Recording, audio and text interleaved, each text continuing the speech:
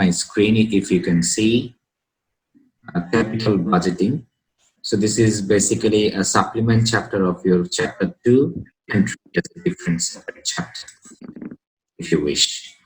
Okay, so আমরা last class দেখেছিলাম capital budgeting বলতে কি জিনিস, জাস্ট হালকা একটু যে ওভারভিউ করি। এটা হচ্ছে বেসিক্যালি একটা company long term investment decision. এটা কোম্পানির কোনো একটা ফিক্সড অ্যাসেট আপনি কিনবেন কি কিনবেন না, নতুন প্রোডাক্ট ডেভেলপ করবেন কিনা, নতুন মেশিন কিনবেন কিনা, একটা প্রজেক্টে যাবেন কি যাবেন না, ঠিক আছে, একটা প্ল্যান্ট বা একটা ল্যান্ড কিনবেন কি কিনবেন না, এই যে ডিসিশনটা নেবেন কোম্পানির ভবিষ্যতের জন্য, সেটাকে আমরা বলতে পারি।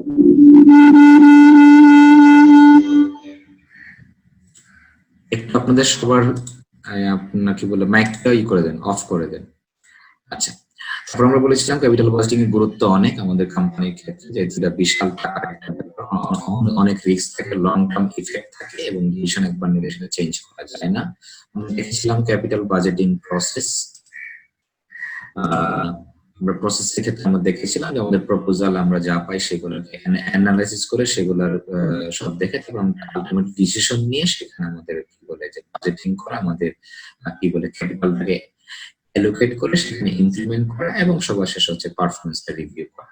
ক্যাপিটাল বাজেটিং টেকনিক যেটা আমরা আজকে কভার করবো ইনশাআল্লাহ। ক্যাপিটাল বাজেট টেকনিক নিয়ে আমি শুরু করেছিলাম, যেখানে আমরা বলেছিলাম দুই ধরনের মেইনলি টেকনিক, একটা ট্রেডিশনাল বা নন ডিসকাউন্টেড ক্যাশ ফ্লো।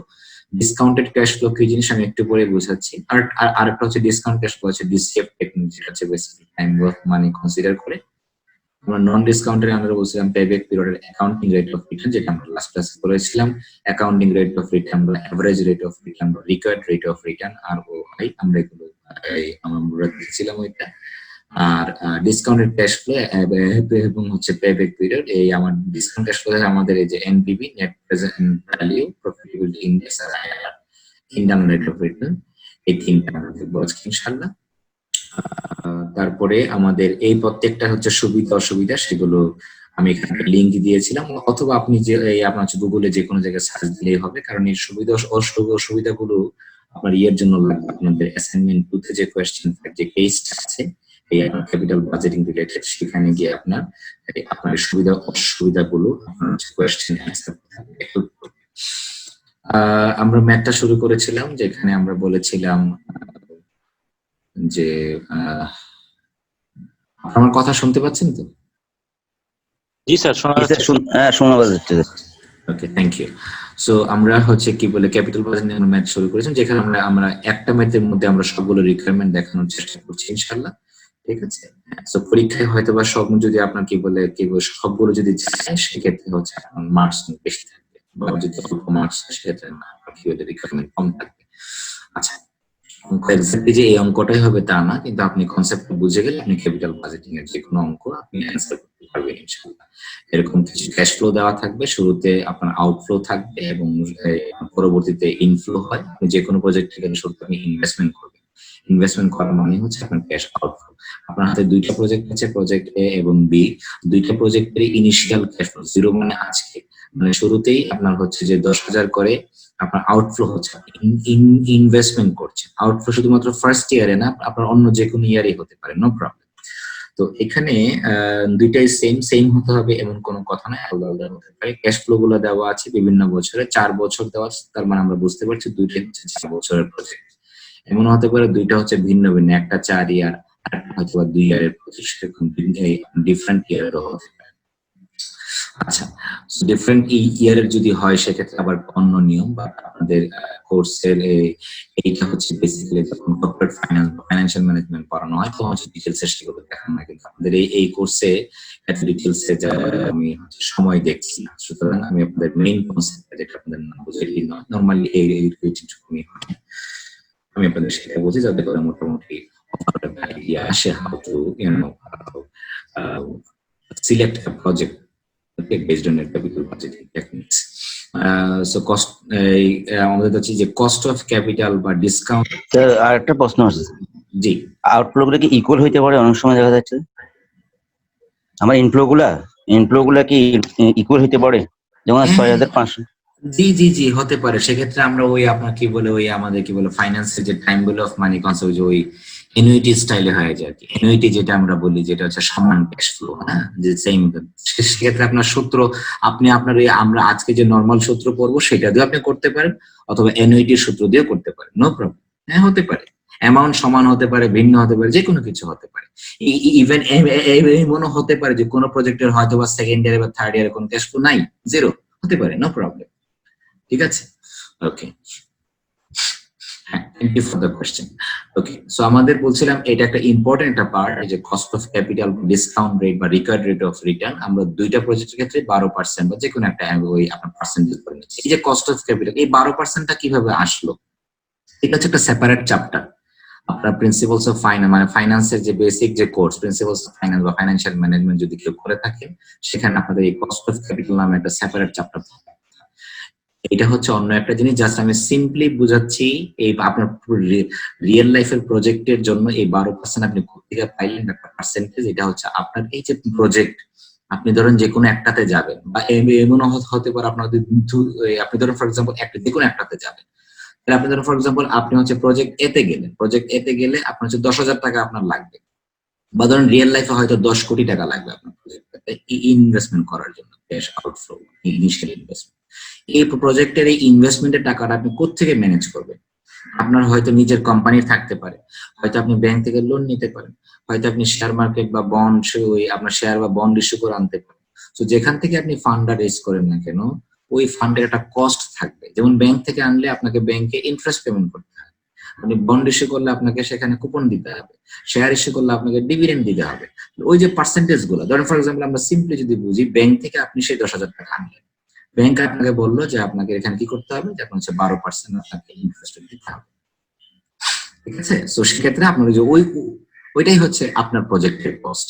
এমন যদি হয় যে না আপনার হচ্ছে প্রজেক্টে আবার আপনার হচ্ছে মাল্টিপল আপনি কি বলে সোর্স ইউজ করেছেন, হয়তো কিছু আনছেন আপনার ব্যাংক থেকে, কিছু আনছেন অন্য জায়গা থেকে, তো সেগুলোর একাধিক যদি আপনার কস্ট হয়, সেই একাধিক কস্ট গুলাকে আমরা হচ্ছে আপনার কি বলে এই আপনার যার এই আপনার হচ্ছে কি বলেন তখন তাদেরকে হচ্ছে ওয়েটেড এভারেজ করে এই যে কস্ট অফ ক্যাপিটালটা বের করতে হবে, যেটাকে আমরা ফাইন্যান্সিয়াল ভাষায় বলি আমাদের আপনার যে weighted average cost of capital.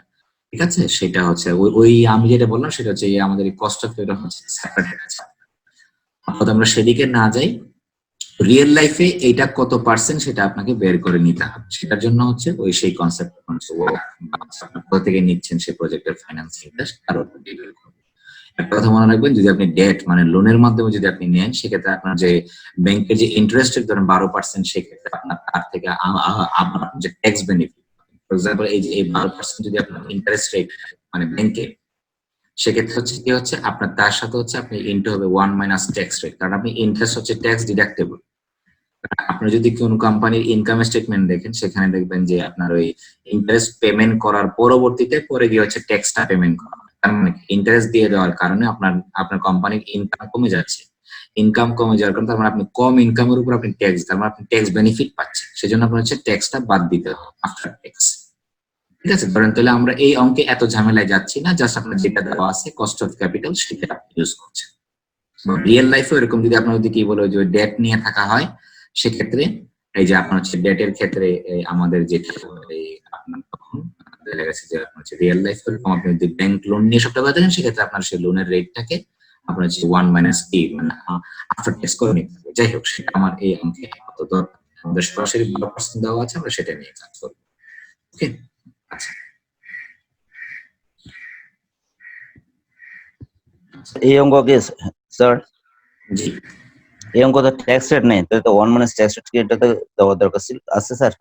আমি তো বললাম এই অঙ্কে আমাদের সরাসরি cost of capital 1%। G sir, জি।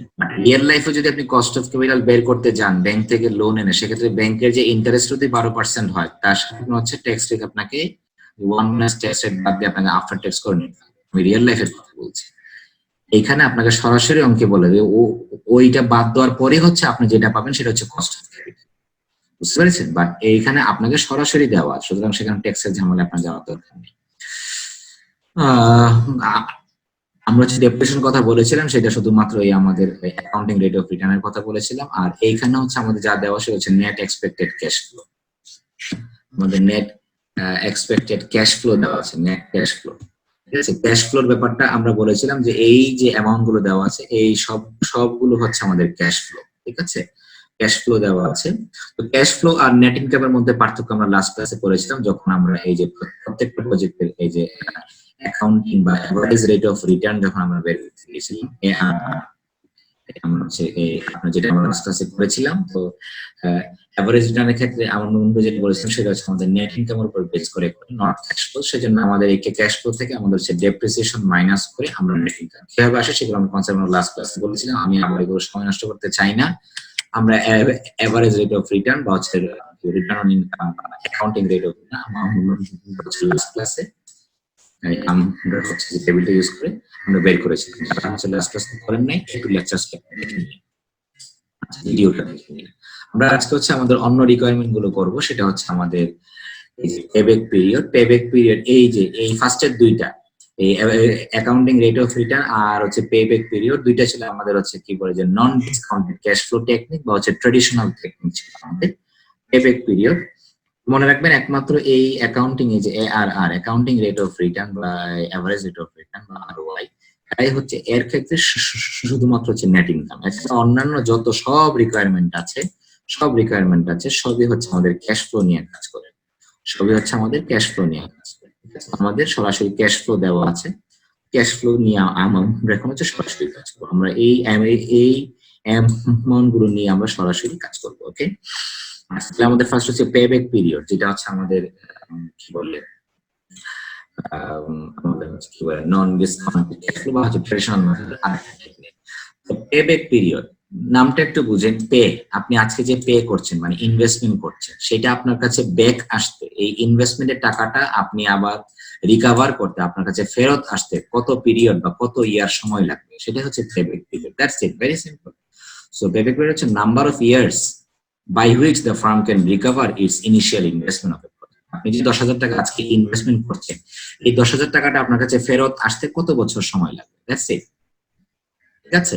তো এইটার হচ্ছে লিমিটেশন হচ্ছে এটা time value of money consider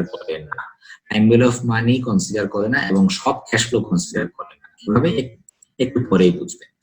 আচ্ছা, তো টাইম ভ্যালু অফ মানে কি জিনিস আমরা ওই যেটা হচ্ছে আমাদের একটু পরে আমাদের কাজে লাগবে, সেটা আমি আপাতত বলছি না, পরে আসতেছি। আচ্ছা, পেব্যাক পিরিয়ড তার মানে হচ্ছে এই হচ্ছে ফর্মুলাটা একটু আপনাদের মুখস্থ রাখতে হবে। পেব্যাক পিরিয়ড এটা খুবই সিম্পল, মনে হচ্ছে যেন অনেক কথাবার্তা, কিছুই না, খুবই সিম্পল। দেখেন, ইয়ার বিফোর ফুল রিকভারি, খেয়াল করে আমার হচ্ছে 10,000 টাকা হচ্ছে আমার ইয়ে ছিল, আপনার কি বলতো আমার হচ্ছে 10 ওই আমাদের যে ফার্স্ট হচ্ছে প্রজেক্ট এর জন্য, ঠিক আছে। সো আমরা যদি বলি তোমার হচ্ছে পেব্যাক পিরিয়ড ফর প্রজেক্ট এ, ঠিক আছে, এর জন্য। তারপরে আসেন তাহলে প্রজেক্ট এর জন্য আমাদের হচ্ছে কি বলে এই আপনার আমরা ইনভেস্ট করেছিলাম 10,000 টাকা। আচ্ছা, তাহলে কি হলো আমাদের দেখেন এই 10,000 টাকাটা আমার কাছে ফেরত আসতে কত বছর লাগবে। দেখেন ফার্স্ট ইয়ারে আমি কত পাইলাম 6,500, আমি সেকেন্ড ইয়ারে কত পাইলাম 3,000, তাহলে টোটাল কত হলো 2 বছরে 9,500। 9,500। তারপর থার্ড ইয়ারে কত, তার মানে 9,500 আমি খরচ করেছিলাম 10,000, এখন আমার ফুল রিকভারি হয় নাই। ফুল রিকভারি গিয়ে হচ্ছে আমার থার্ড ইয়ারে গিয়ে আমি হচ্ছে 10,000 বা তার চেয়ে বেশি পাচ্ছি। তাহলে খেয়াল করেন ইয়ার্স বিফোর ফুল রিকভারি, মানে ফুল রিকভারি হওয়ার আগের ইয়ার কত, তাহলে ফুল রিকভারি গিয়ে হচ্ছে থার্ড ইয়ারে। তাহলে আমার থার্ড ইয়ারের আগে কোন ইয়ার, আমার সেকেন্ড ইয়ার, মানে আমার হচ্ছে ইয়ার বিফোর ফুল রিকভারি হচ্ছে ইয়ার 2। ক্লিয়ার? ইয়ার 2 আমার হচ্ছে 2 বছর, মানে ফুল রিকভারি হওয়ার আগে হচ্ছে আমার 2 বছর। তাহলে ভেরি সিম্পল, যে ইয়ারে গিয়ে ফুল রিকভারি হচ্ছে তার আগের বছর, তাহলে 2। ওকে, যদি আমার 14 বছরের রিকভারি হইতো ফুল রিকভারি, তাহলে আমি লিখতাম এখানে 3 প্লাস এই আমরা এখন সেকেন্ড ইয়ারে আছি, ঠিক আছে, সেকেন্ড ইয়ার 2 লিখলাম। তাহলে সেকেন্ড ইয়ার পর্যন্ত আমরা পাইছি হচ্ছে 6,500 প্লাস 3,000, 9,500, কিন্তু আমি ইনভেস্টমেন্ট করেছিলাম 10,000, তাইলে আমার বাকি কত, আমি এখনো রিকভার করতে পারি নাই কত, 500। তাহলে এই যে কথাটা উপরে unrecovered cost at the start of the year, এইটা দরকার নাই, আপনি লিখবেন হচ্ছে আনরিকভার্ড ইনভেস্টমেন্ট, শেষ বা কস্ট একই কথা, আনরিকভার্ড ইনভেস্টমেন্ট। তাহলে আমরা সেকেন্ড ইয়ার পর্যন্ত যে ইয়ারে হচ্ছে ফুল রিকভারি, যে ইয়ারে বিফোর ওই ইয়ার পর্যন্ত আমার হচ্ছে এখনো তাহলে আনরিকভার্ড ইনভেস্টমেন্ট কত আছে, আনরিকভার্ড ইনভেস্টমেন্ট আছে আমার 500। ঠিক আছে, কেমনে পেলাম এটা? এটা হচ্ছে আমি ইনভেস্টমেন্ট করেছিলাম 10,000 আর আমি পাইছি হচ্ছে এখন 9,500। 9,500। Very good, 500। এরপরে আমার ডিভাইডেড বাই নিচে হচ্ছে cash flow during the year. During the year হচ্ছে, আচ্ছা ডিউরিং দ্য ইয়ার না বলে during the recovery year. Okay, during the recovery year. Okay, during the year, হ্যাঁ হ্যাঁ, রিকভারি ইয়ার অথবা during the year of complete recovery বা ফুল recovery. যে ইয়ারে আমাদের ফুল রিকভারি হচ্ছে সেই ইয়ারে ক্যাশ ফ্লো কত? তাহলে কোন ইয়ারে ফুল রিকভারি হচ্ছে আমাদের? থার্ড ইয়ারে থার্ড ইয়ারে ফুল রিকভারি হচ্ছে। তাহলে থার্ড ইয়ারে আমাদের হচ্ছে ক্যাশ ফ্লো কত? 9,500। থার্ড ইয়ারেরটা হচ্ছে 3,500 যোগ হবে। না না না, শুধুমাত্র থার্ড ইয়ারে ক্যাশ ফ্লো কত? এই ইয়ারে ফুল রিকভারি হচ্ছে, যে ইয়ারে আমাদের ফুল রিকভারি হচ্ছে সেই ইয়ারে আমার ক্যাশ ফ্লো কত? 3,500। 3,500। দ্যাটস ইট, শেষ, অঙ্ক শেষ। এই অঙ্ক শেষ বলতে হচ্ছে আমার রিকোয়ারমেন্ট শেষ এইটা। ওকে, তাহলে জাস্ট ইয়ে করো, তাহলে 2 প্লাস তাহলে 500 ডিভাইডেড বাই 3,500 কত হয়? 500 ডিভাইডেড বাই 3,500। ওকে, আমাদের ক্যালকুলেটর আছে সামনে, সায়েন্টিফিক ক্যালকুলেটর।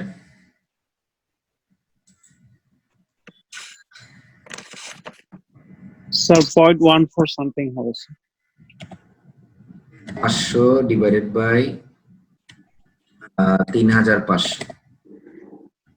সমান হচ্ছে আমাদের 0.1428, তাই না? Ji sir. 0.1428, তার মানে আমাদের আপনার যে কি বলে যে 2 প্লাস মনে হচ্ছে আমাদের এই আপনার যে 2 প্লাস কি বলে 0.1428, তার মানে হচ্ছে 2.14 ইয়ার্স। কি লিখতে হবে? এটা কি বের করছি আমরা? Payback period, number of years আমরা বের করছি। ঠিক আছে, নাম্বার অফ ইয়ার্স। সেজন্য এটা কি হবে? উত্তর হবে অলওয়েজ ইয়ার। তার মানে কি আপনার হচ্ছে মোটামুটি যে 2 বছর আর আপনার হচ্ছে 0.14 এর যদি আপনি 12 দ্বারা গুণ করেন তাহলে আপনি মাসে কনভার্ট করতে পারেন। ওকে, তাহলে 2 বছর এত মাসে আপনি হচ্ছে মাসে ওখানে শেষ দিয়ে দেবেন। ঠিক সেম ভাবে এখন হচ্ছে আপনার হচ্ছে কি বলে বি প্রজেক্টের, হচ্ছে PBP, payback period of project B. নিচে শুধু সাবস্ক্রিপ্ট করে লিখবেন। তাহলে বলেন বি প্রজেক্টের এই যে আমার ফার্স্ট ইয়ারে আমার হচ্ছে ইনভেস্টমেন্ট করেছিলাম 10,000, ফার্স্ট ইয়ারে পেলাম 3,500, সেকেন্ড ইয়ারে 3,500 হইলো 7,000। আপনার হচ্ছে থার্ড ইয়ারে গিয়ে হচ্ছে আমার 3 হইলে তাহলে কত হচ্ছে? 10,000। তাহলে এইটাও সেম, আমার হচ্ছে কি বলেছে থার্ড ইয়ারে গিয়ে কমপ্লিট রিকভারি, তার আগের ইয়ার হচ্ছে আমার 2 ইয়ার বিফোর কমপ্লিট রিকভার প্লাস আমার ওই আপনার সেকেন্ড ইয়ার পর্যন্ত আমি পেয়েছি 7,000 পেয়েছি। তাহলে আমার হচ্ছে বাকি আছে আরো কত? 10,000 থেকে 7,000 বাদ দিলে 3,000। ডিভাইডেড বাই আমার ওই কি বলে এই আপনার ওই আমার থার্ড ইয়ারের ওই আপনার ক্যাশ ফ্লো কত? 3,000। 3,000। তাহলে আমার কত হইলো? তাহলে 2 প্লাস 3,000 বা 3,000 মানে 2 ইয়ার। 2 প্লাস 3,000 কে 3,000 ভাগ করলে কি 0 নাকি 1? 3 ইয়ার্স, 3 ইয়ার্স হবে। তাহলে 3 ইয়ার্স। তাহলে বলুন, তাহলে এই কম্পারেটিভলি এই দুইটা প্রজেক্টের মধ্যে কোনটা আপনাকে আর্লি টাকা এনে দিচ্ছে? A project. A project. সুতরাং A project। এইটা অনুযায়ী কি দরকার আপনার হচ্ছে A project is better than project B. কথা বুঝে গেছে? মানে এই ক্রাইটেরিয়া অনুযায়ী পেব্যাক পিরিয়ড অনুযায়ী আমাদের project A is better than project B. ঠিক আছে, এটা নিয়ে কারো কোনো আপত্তি আছে? না স্যার। ওকে, এই হচ্ছে ভেরি সিম্পল। দেখেন এইখানে এর যে বড় লিমিটেশনটা, একটু আপনাদের মাইকটা একটু অফ যে করে দেন। এই আপনাদের ইয়ে হচ্ছে কি বলে ইকো হচ্ছে সাউন্ডটা কারো থেকে। এখন এই খেয়াল করেন আমাদের এইটার সবচেয়ে বড় সমস্যা হচ্ছে এটা it doesn't consider time value of money. এটা আপনার হচ্ছে time value of money consider করে না। Time value of money consider করে না। ওকে, আচ্ছা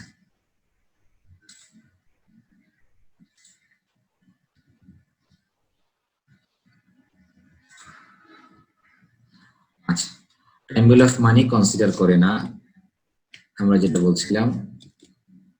জি, আচ্ছা এটা হলো। আচ্ছা টাইম ভ্যালু অফ মানি কথাটার অর্থ আসলে কি স্যার এখানে বোঝাচ্ছে? হ্যাঁ, ওই আমার এখন হচ্ছে সেটাই এখন বলবো, সেজন্য বললাম। আর এটা হচ্ছে অল ক্যাশ ফ্লো ইউজ করেন। দেখেন তো এটা কিন্তু ওই আপনার দেখেন ওই যে ফোর্থ ইয়ারের ক্যাশ ফ্লো কিন্তু ইউজ করে না এই অঙ্কে। থার্ড ইয়ার পর্যন্ত হয়ে গেছে, থার্ড ইয়ার পর্যন্ত শেষ, কিন্তু না রিয়েল সেটা হচ্ছে, তাহলে মানে এটা হচ্ছে এটার অসুবিধা। ওই আপনার যে আমি লিঙ্কটা দিলাম এর আগে, ওই আপনার যেখানে বিভিন্ন টেকনিক সেখানে ডিটেলসে পাবেন কোনটাকে সুবিধা অসুবিধা। আমাদের এই যে কনসেপ্টটা time value of money, time value of মানির জন্যই আমাদের হচ্ছে এখন আপনার কি বলে যে নেক্সট যে টেকনিক গুলো, যেটা হচ্ছে আমাদের time value of money concept, সেটা হচ্ছে ডিসকাউন্টেড ক্যাশ ফ্লো টেকনিক। আসলে আমরা জিনিসটাকে একটু আমরা বুঝি। একটু আমি হচ্ছে হোয়াইট বোর্ড শেয়ার করি। হ্যাঁ, জি। টাইম ভ্যালু অফ মানি জিনিসটা হচ্ছে যে টাইম ভ্যালু অফ মানি হচ্ছে value of money changes over time. তার মানে আজকের 1 টাকা ভবিষ্যতের যে কোনো সময়ের 1 টাকার চেয়ে দাম বেশি। সময় পরিবর্তন সাথে অর্থমূল্য পরিবর্তনকে বোঝায়। হ্যাঁ, হ্যাঁ হ্যাঁ, দ্যাটস গুড। জি, এটা আমরা বলছি ফর এক্সাম্পল ধরেন যদি আমি যদি টাইম লাইন করি, ধরেন 0 আর হচ্ছে 1, ঠিক আছে, 0 আর হচ্ছে 1। ওকে, সো আজকে ধরেন ফর এক্সাম্পল আপনার যেটা হচ্ছে যে আজকে ধরেন আপনি যে ধরেন 1000 টাকা, আজকের 1000 টাকা আর 1 বছর পরের 1000 টাকা, দুইটা কি সেম হবে? স্যার। রিয়েল লাইফে এটা সেম হবে না। এটা হচ্ছে কেন সেম হবে না? কারণ আজকে আপনি 1000 টাকা দিয়ে আপনি যেই জিনিস কিনতে পারবেন, ফর এক্সাম্পল আপনি চালের দাম, ফর এক্সাম্পল ধরেন আমরা আজকে থেকে 8-10 বছর আগে দেখেছি চালের দাম ছিল ধরেন আপনার ফর এক্সাম্পল 10 টাকা 20 টাকা, আজকে চালের দাম 50 টাকা 60 টাকা। মানে কি 5 বছর আগে ফর এক্সাম্পল ধরেন সেই আপনার কি বলে যে 10 টাকা, আজকের হচ্ছে আপনার 50 টাকার সমান। ওকে, আজকে যে আপনি যে চালটা 50 টাকা বা আপনার যে 60 টাকা দিয়ে কিনতেছেন, সেটা দেখবেন 5 বছর পর সেটা হয়তো 100 টাকা হয়ে যাচ্ছে। তার মানে কি আজকের 60 টাকা 5 বছর পরে 100 টাকার সমান। So time value of money basically হচ্ছে আমরা ওই ইনফ্লেশন বলতে যেটা বুঝি, আপনার ওই আমাদের অর্থনীতিতে যেটা আমরা বলি মুদ্রাস্ফীতি, value of money decreases over time. টাকার মূল্য সময়ের পরিবর্তনে কি হয়, টাকার মূল্যটা কমে। আজকে আপনি 1000 টাকা দিয়ে যে জিনিসটা পাবেন, 1 বছর পরে 1000 টাকা দিয়ে সেম জিনিসটা পাবেন না, তার চেয়ে কম পাবেন। সেটাকে আমরা, তার মানে কি time value of money, value of money changes over time. রাখবেন টাইম যে আজকের 1 টাকা, টুডের 1 টাকার মূল্য, আজকের যে 1 টাকার মূল্য,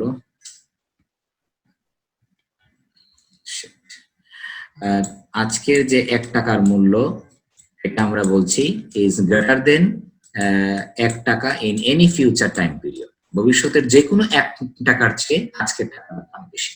ঠিক আছে, সেটা হচ্ছে টাইম ভ্যালু। তার মানে হচ্ছে এই আপনার হচ্ছে over the years the value of money changes. ঠিক আছে, টাকার অ্যামাউন্ট বাড়তেছে কিন্তু টাকার ভ্যালু হচ্ছে পারচেজিং পাওয়ার, ক্রয় ক্ষমতা, সেটা কমে যাচ্ছে। আমরা ইকোনমিক্স এর ভাষায় বলি ইনফ্লেশন, আর হচ্ছে ফাইন্যান্সের সেটাকে আমরা বলি হচ্ছে time value of money.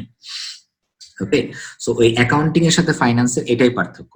Accounting বলে হচ্ছে ওই যে আমরা যখন করেছিলাম ARR করেছিলাম, যখন আমরা ওই যে ওই অ্যাকাউন্টিং রেট অফ রিটার্ন করেছিলাম, সেখানে দেখছিলাম নেট ইনকাম। নেট ইনকাম তারা যেটা বলে যে আজকের ধরেন কি বলে কোম্পানির ধরেন ফর এক্সাম্পল যে কি বলে এই আপনার আজকের নেট ইনকাম ধরেন আপনার 1 লাখ টাকা, ধরেন 5 বছর পরে কোম্পানি 1 লাখ টাকায় ধরেন নেট ইনকাম করলো, তাহলে বলতেছি কি আজকের পারফরমেন্স 5 বছর পরে পারফরমেন্স সমান? No, that's not equal. It's not equal because আজকের 1 লাখ আর 5 বছর পরে 1 লাখ সমান কথা না। ক্লিয়ার? তো সেই জন্যই আমাদের হচ্ছে ফাইন্যান্সে যেটা আমরা বলি সেটা হচ্ছে আমাদের এই যে কি বলে এই time value of money is very much important. আমরা যেখানে কি বলে, তো আমাদের সেক্ষেত্রে আমরা যেটা বলছিলাম যে এই আমাদের কি বলে পেব্যাক পিরিয়ডে যেটা আমরা বলছিলাম যে আমাদের এই যেটা আমরা বলছিলাম এই যে আপনি আজকে 1 বছর এই আপনার যে 6500 টাকা পাইলেন এবং হচ্ছে ওই আপনার সেকেন্ড ইয়ারে যে আপনি 3000 টাকা পাইলেন, সেকেন্ড ইয়ারের ভ্যালু হচ্ছে 3000 টাকা, কিন্তু সেই 3000 টাকাটা আজকের মূল্য কত আমরা তো আজকের সাথে কম্পেয়ার করতে হবে। যেমন জিনিসটা হচ্ছে যদি আমরা বলি যে আপনার ধরেন ফর এক্সাম্পল যদি আমরা বলি যে আমাদের আজকে ধরেন আপনার কি বলে যে ব্যাংক আজকে হচ্ছে ব্যাংকে আপনি যদি 1000 টাকা রাখেন ফর এক্সাম্পল, তাহলে আপনি এক বছর পরে ব্যাংক আপনাকে কত টাকা দিবে, ধরুন ফর এক্সাম্পল যদি আমি বলি যে 10% ইন্টারেস্ট যদি দেয় তাহলে হচ্ছে আপনার 1100 টাকা আপনাকে দিবে। এই যে 1 বছর পরে যে আপনি 1100 টাকা পেলেন, 1100 টাকা তাহলে কি এই আপনার কি বলেছে তাহলে কি আপনার লাভ হলো না লস হলো? তাহলে আপনি হচ্ছে ব্যাংকে টাকা রাখবেন কি রাখবেন না সেই ডিসিশন কিন্তু, কারণ দুইটা কিন্তু দুই টাইম ইয়ারে, একটা হচ্ছে আজকে আর একটা ক্যাশ ফ্লো হচ্ছে আপনার হচ্ছে 1 বছর পরে, তাহলে দুইটা হচ্ছে দুইটা ডিফারেন্ট টাইমের ক্যাশ ফ্লো, এই দুইটার মধ্যে কম্পেয়ার করা যাবে না। এই আপনাকে করতে হবে হয় এই আজকের 1000 টাকাকে আপনাকে হচ্ছে কি বলে ওই 1 বছর পরে আপনাকে কনভার্ট ওই আপনার যেটাকে আমরা বলি ফিউচার ভ্যালুতে নিতে হবে, এই হচ্ছে ফিউচার ভ্যালু আর আজকেরটা হচ্ছে প্রেজেন্ট ভ্যালু। হয় এই আপনার 1000 টাকা হচ্ছে আপনাকে ফিউচার ভ্যালু সূত্র দিয়ে আপনাকে 1 বছর পরে আজকের 1000 টাকার দাম কত সেটা বের করতে হবে, অথবা ওই ফিউচারে যে 1 বছর পরে যে 1100 টাকা পাচ্ছেন সেটার আজকের ভ্যালু কত, প্রেজেন্ট ভ্যালু কত সেটাকে আপনাকে বের করতে হবে। তাহলে এই আমাদের তাহলে এই কনসেপ্টটাকে আমরা বলছি হচ্ছে এই যে ফিউচারের কোনো ক্যাশ ফ্লোকে আজকের প্রেজেন্ট ভ্যালু বের করা যে টেকনিক সেটাকে আমরা বলছি ডিসকাউন্টিং, সেটাকে আমরা বলছি ডিসকাউন্টিং করা। যে আপনার 1 বছর পরে যে 1100 টাকা পাচ্ছেন সেটার আজকের দাম কত, আজকের মূল্য কত, সেটাকে আমরা বলছি ডিসকাউন্টিং। আজকের কোনো টাকাকে আপনি যখন হচ্ছে ফিউচারে নিয়ে যাবেন সেটাকে আমরা বলছি কম্পাউন্ডিং। কম্পাউন্ডিং দেখবেন ব্যাংকের ক্ষেত্রে বলে কিন্তু কম্পাউন্ডিং ইন আপনার যে ইন্টারেস্ট রেট হচ্ছে কম্পাউন্ডিং। তার মানে কি আপনার হচ্ছে কি বলে যে বছর বছর টাকা বাড়তে থাকবে, আপনি যে ইন্টারেস্ট পাবেন তার উপরে আবার হচ্ছে আপনার হচ্ছে কি বলে এই সুদ দেওয়া হবে। যাই হোক আমাদের এইখানে আমাদের মেইন যে টেকনিকটা লাগবে সেটা হচ্ছে আমাদের এইটা ডিসকাউন্টিং টেকনিক। ওকে, এই ডিসকাউন্টিং টেকনিকটাতে আমাদের যে জিনিসটা লাগবে সেটা হচ্ছে যে ডিসকাউন্টিং, তার মানে আমরা বুঝলাম যে ফিউচার ভ্যালুকে আমাদের আজকে প্রেজেন্ট ভ্যালুতে কনভার্ট করার জন্য যে টেকনিকটা সেটা হচ্ছে আমাদের ডিসকাউন্টিং। তার জন্য সিম্পল সূত্র হচ্ছে যে আমাদের আপনার যে প্রেজেন্ট ভ্যালু সমান সমান ফিউচার ভ্যালু ডিভাইডেড বাই আপনার হচ্ছে 1 plus i to the power n। Okay, 1 plus i to the power n। Future value হচ্ছে আপনার যে ইয়ারের ফিউচার ভ্যালু, ওকে, যে ইয়ারের ফিউচার ভ্যালু ফর এক্সাম্পল ধরুন হচ্ছে year 1, okay, year 1, okay, future value বা ক্যাশ ফ্লো যেটা আপনি বলেন ফিউচার ভ্যালু বা ক্যাশ ফ্লো, ঠিক আছে, একই কথা। তাহলে হচ্ছে আমাদের তাহলে ওই ক্যাশ ফ্লো n বা future value n divided by 1 plus i to the power n। মানে কি যে ইয়ারের ক্যাশ ফ্লো যেমন আমরা বলেছিলাম ধরেন ফর এক্সাম্পল এই আপনার কি বলে যে ফার্স্ট ইয়ারে যে ক্যাশ ফ্লো আমরা বলেছিলাম সেখানে আমরা বলছিলাম যে ফার্স্ট ইয়ারে বলেছিলাম আমাদের 1100 টাকা। ওকে, তাহলে আমাদের কি হলো তাহলে সেক্ষেত্রে বলেন তাহলে আমাদের যদি বলে যে ফার্স্ট ইয়ারের ক্যাশ ফ্লো তাহলে আমরা বলি ক্যাশ ফ্লো 1, ঠিক আছে, ফার্স্ট ইয়ারের ক্যাশ ফ্লো তাহলে কত টাকা 1100 টাকা।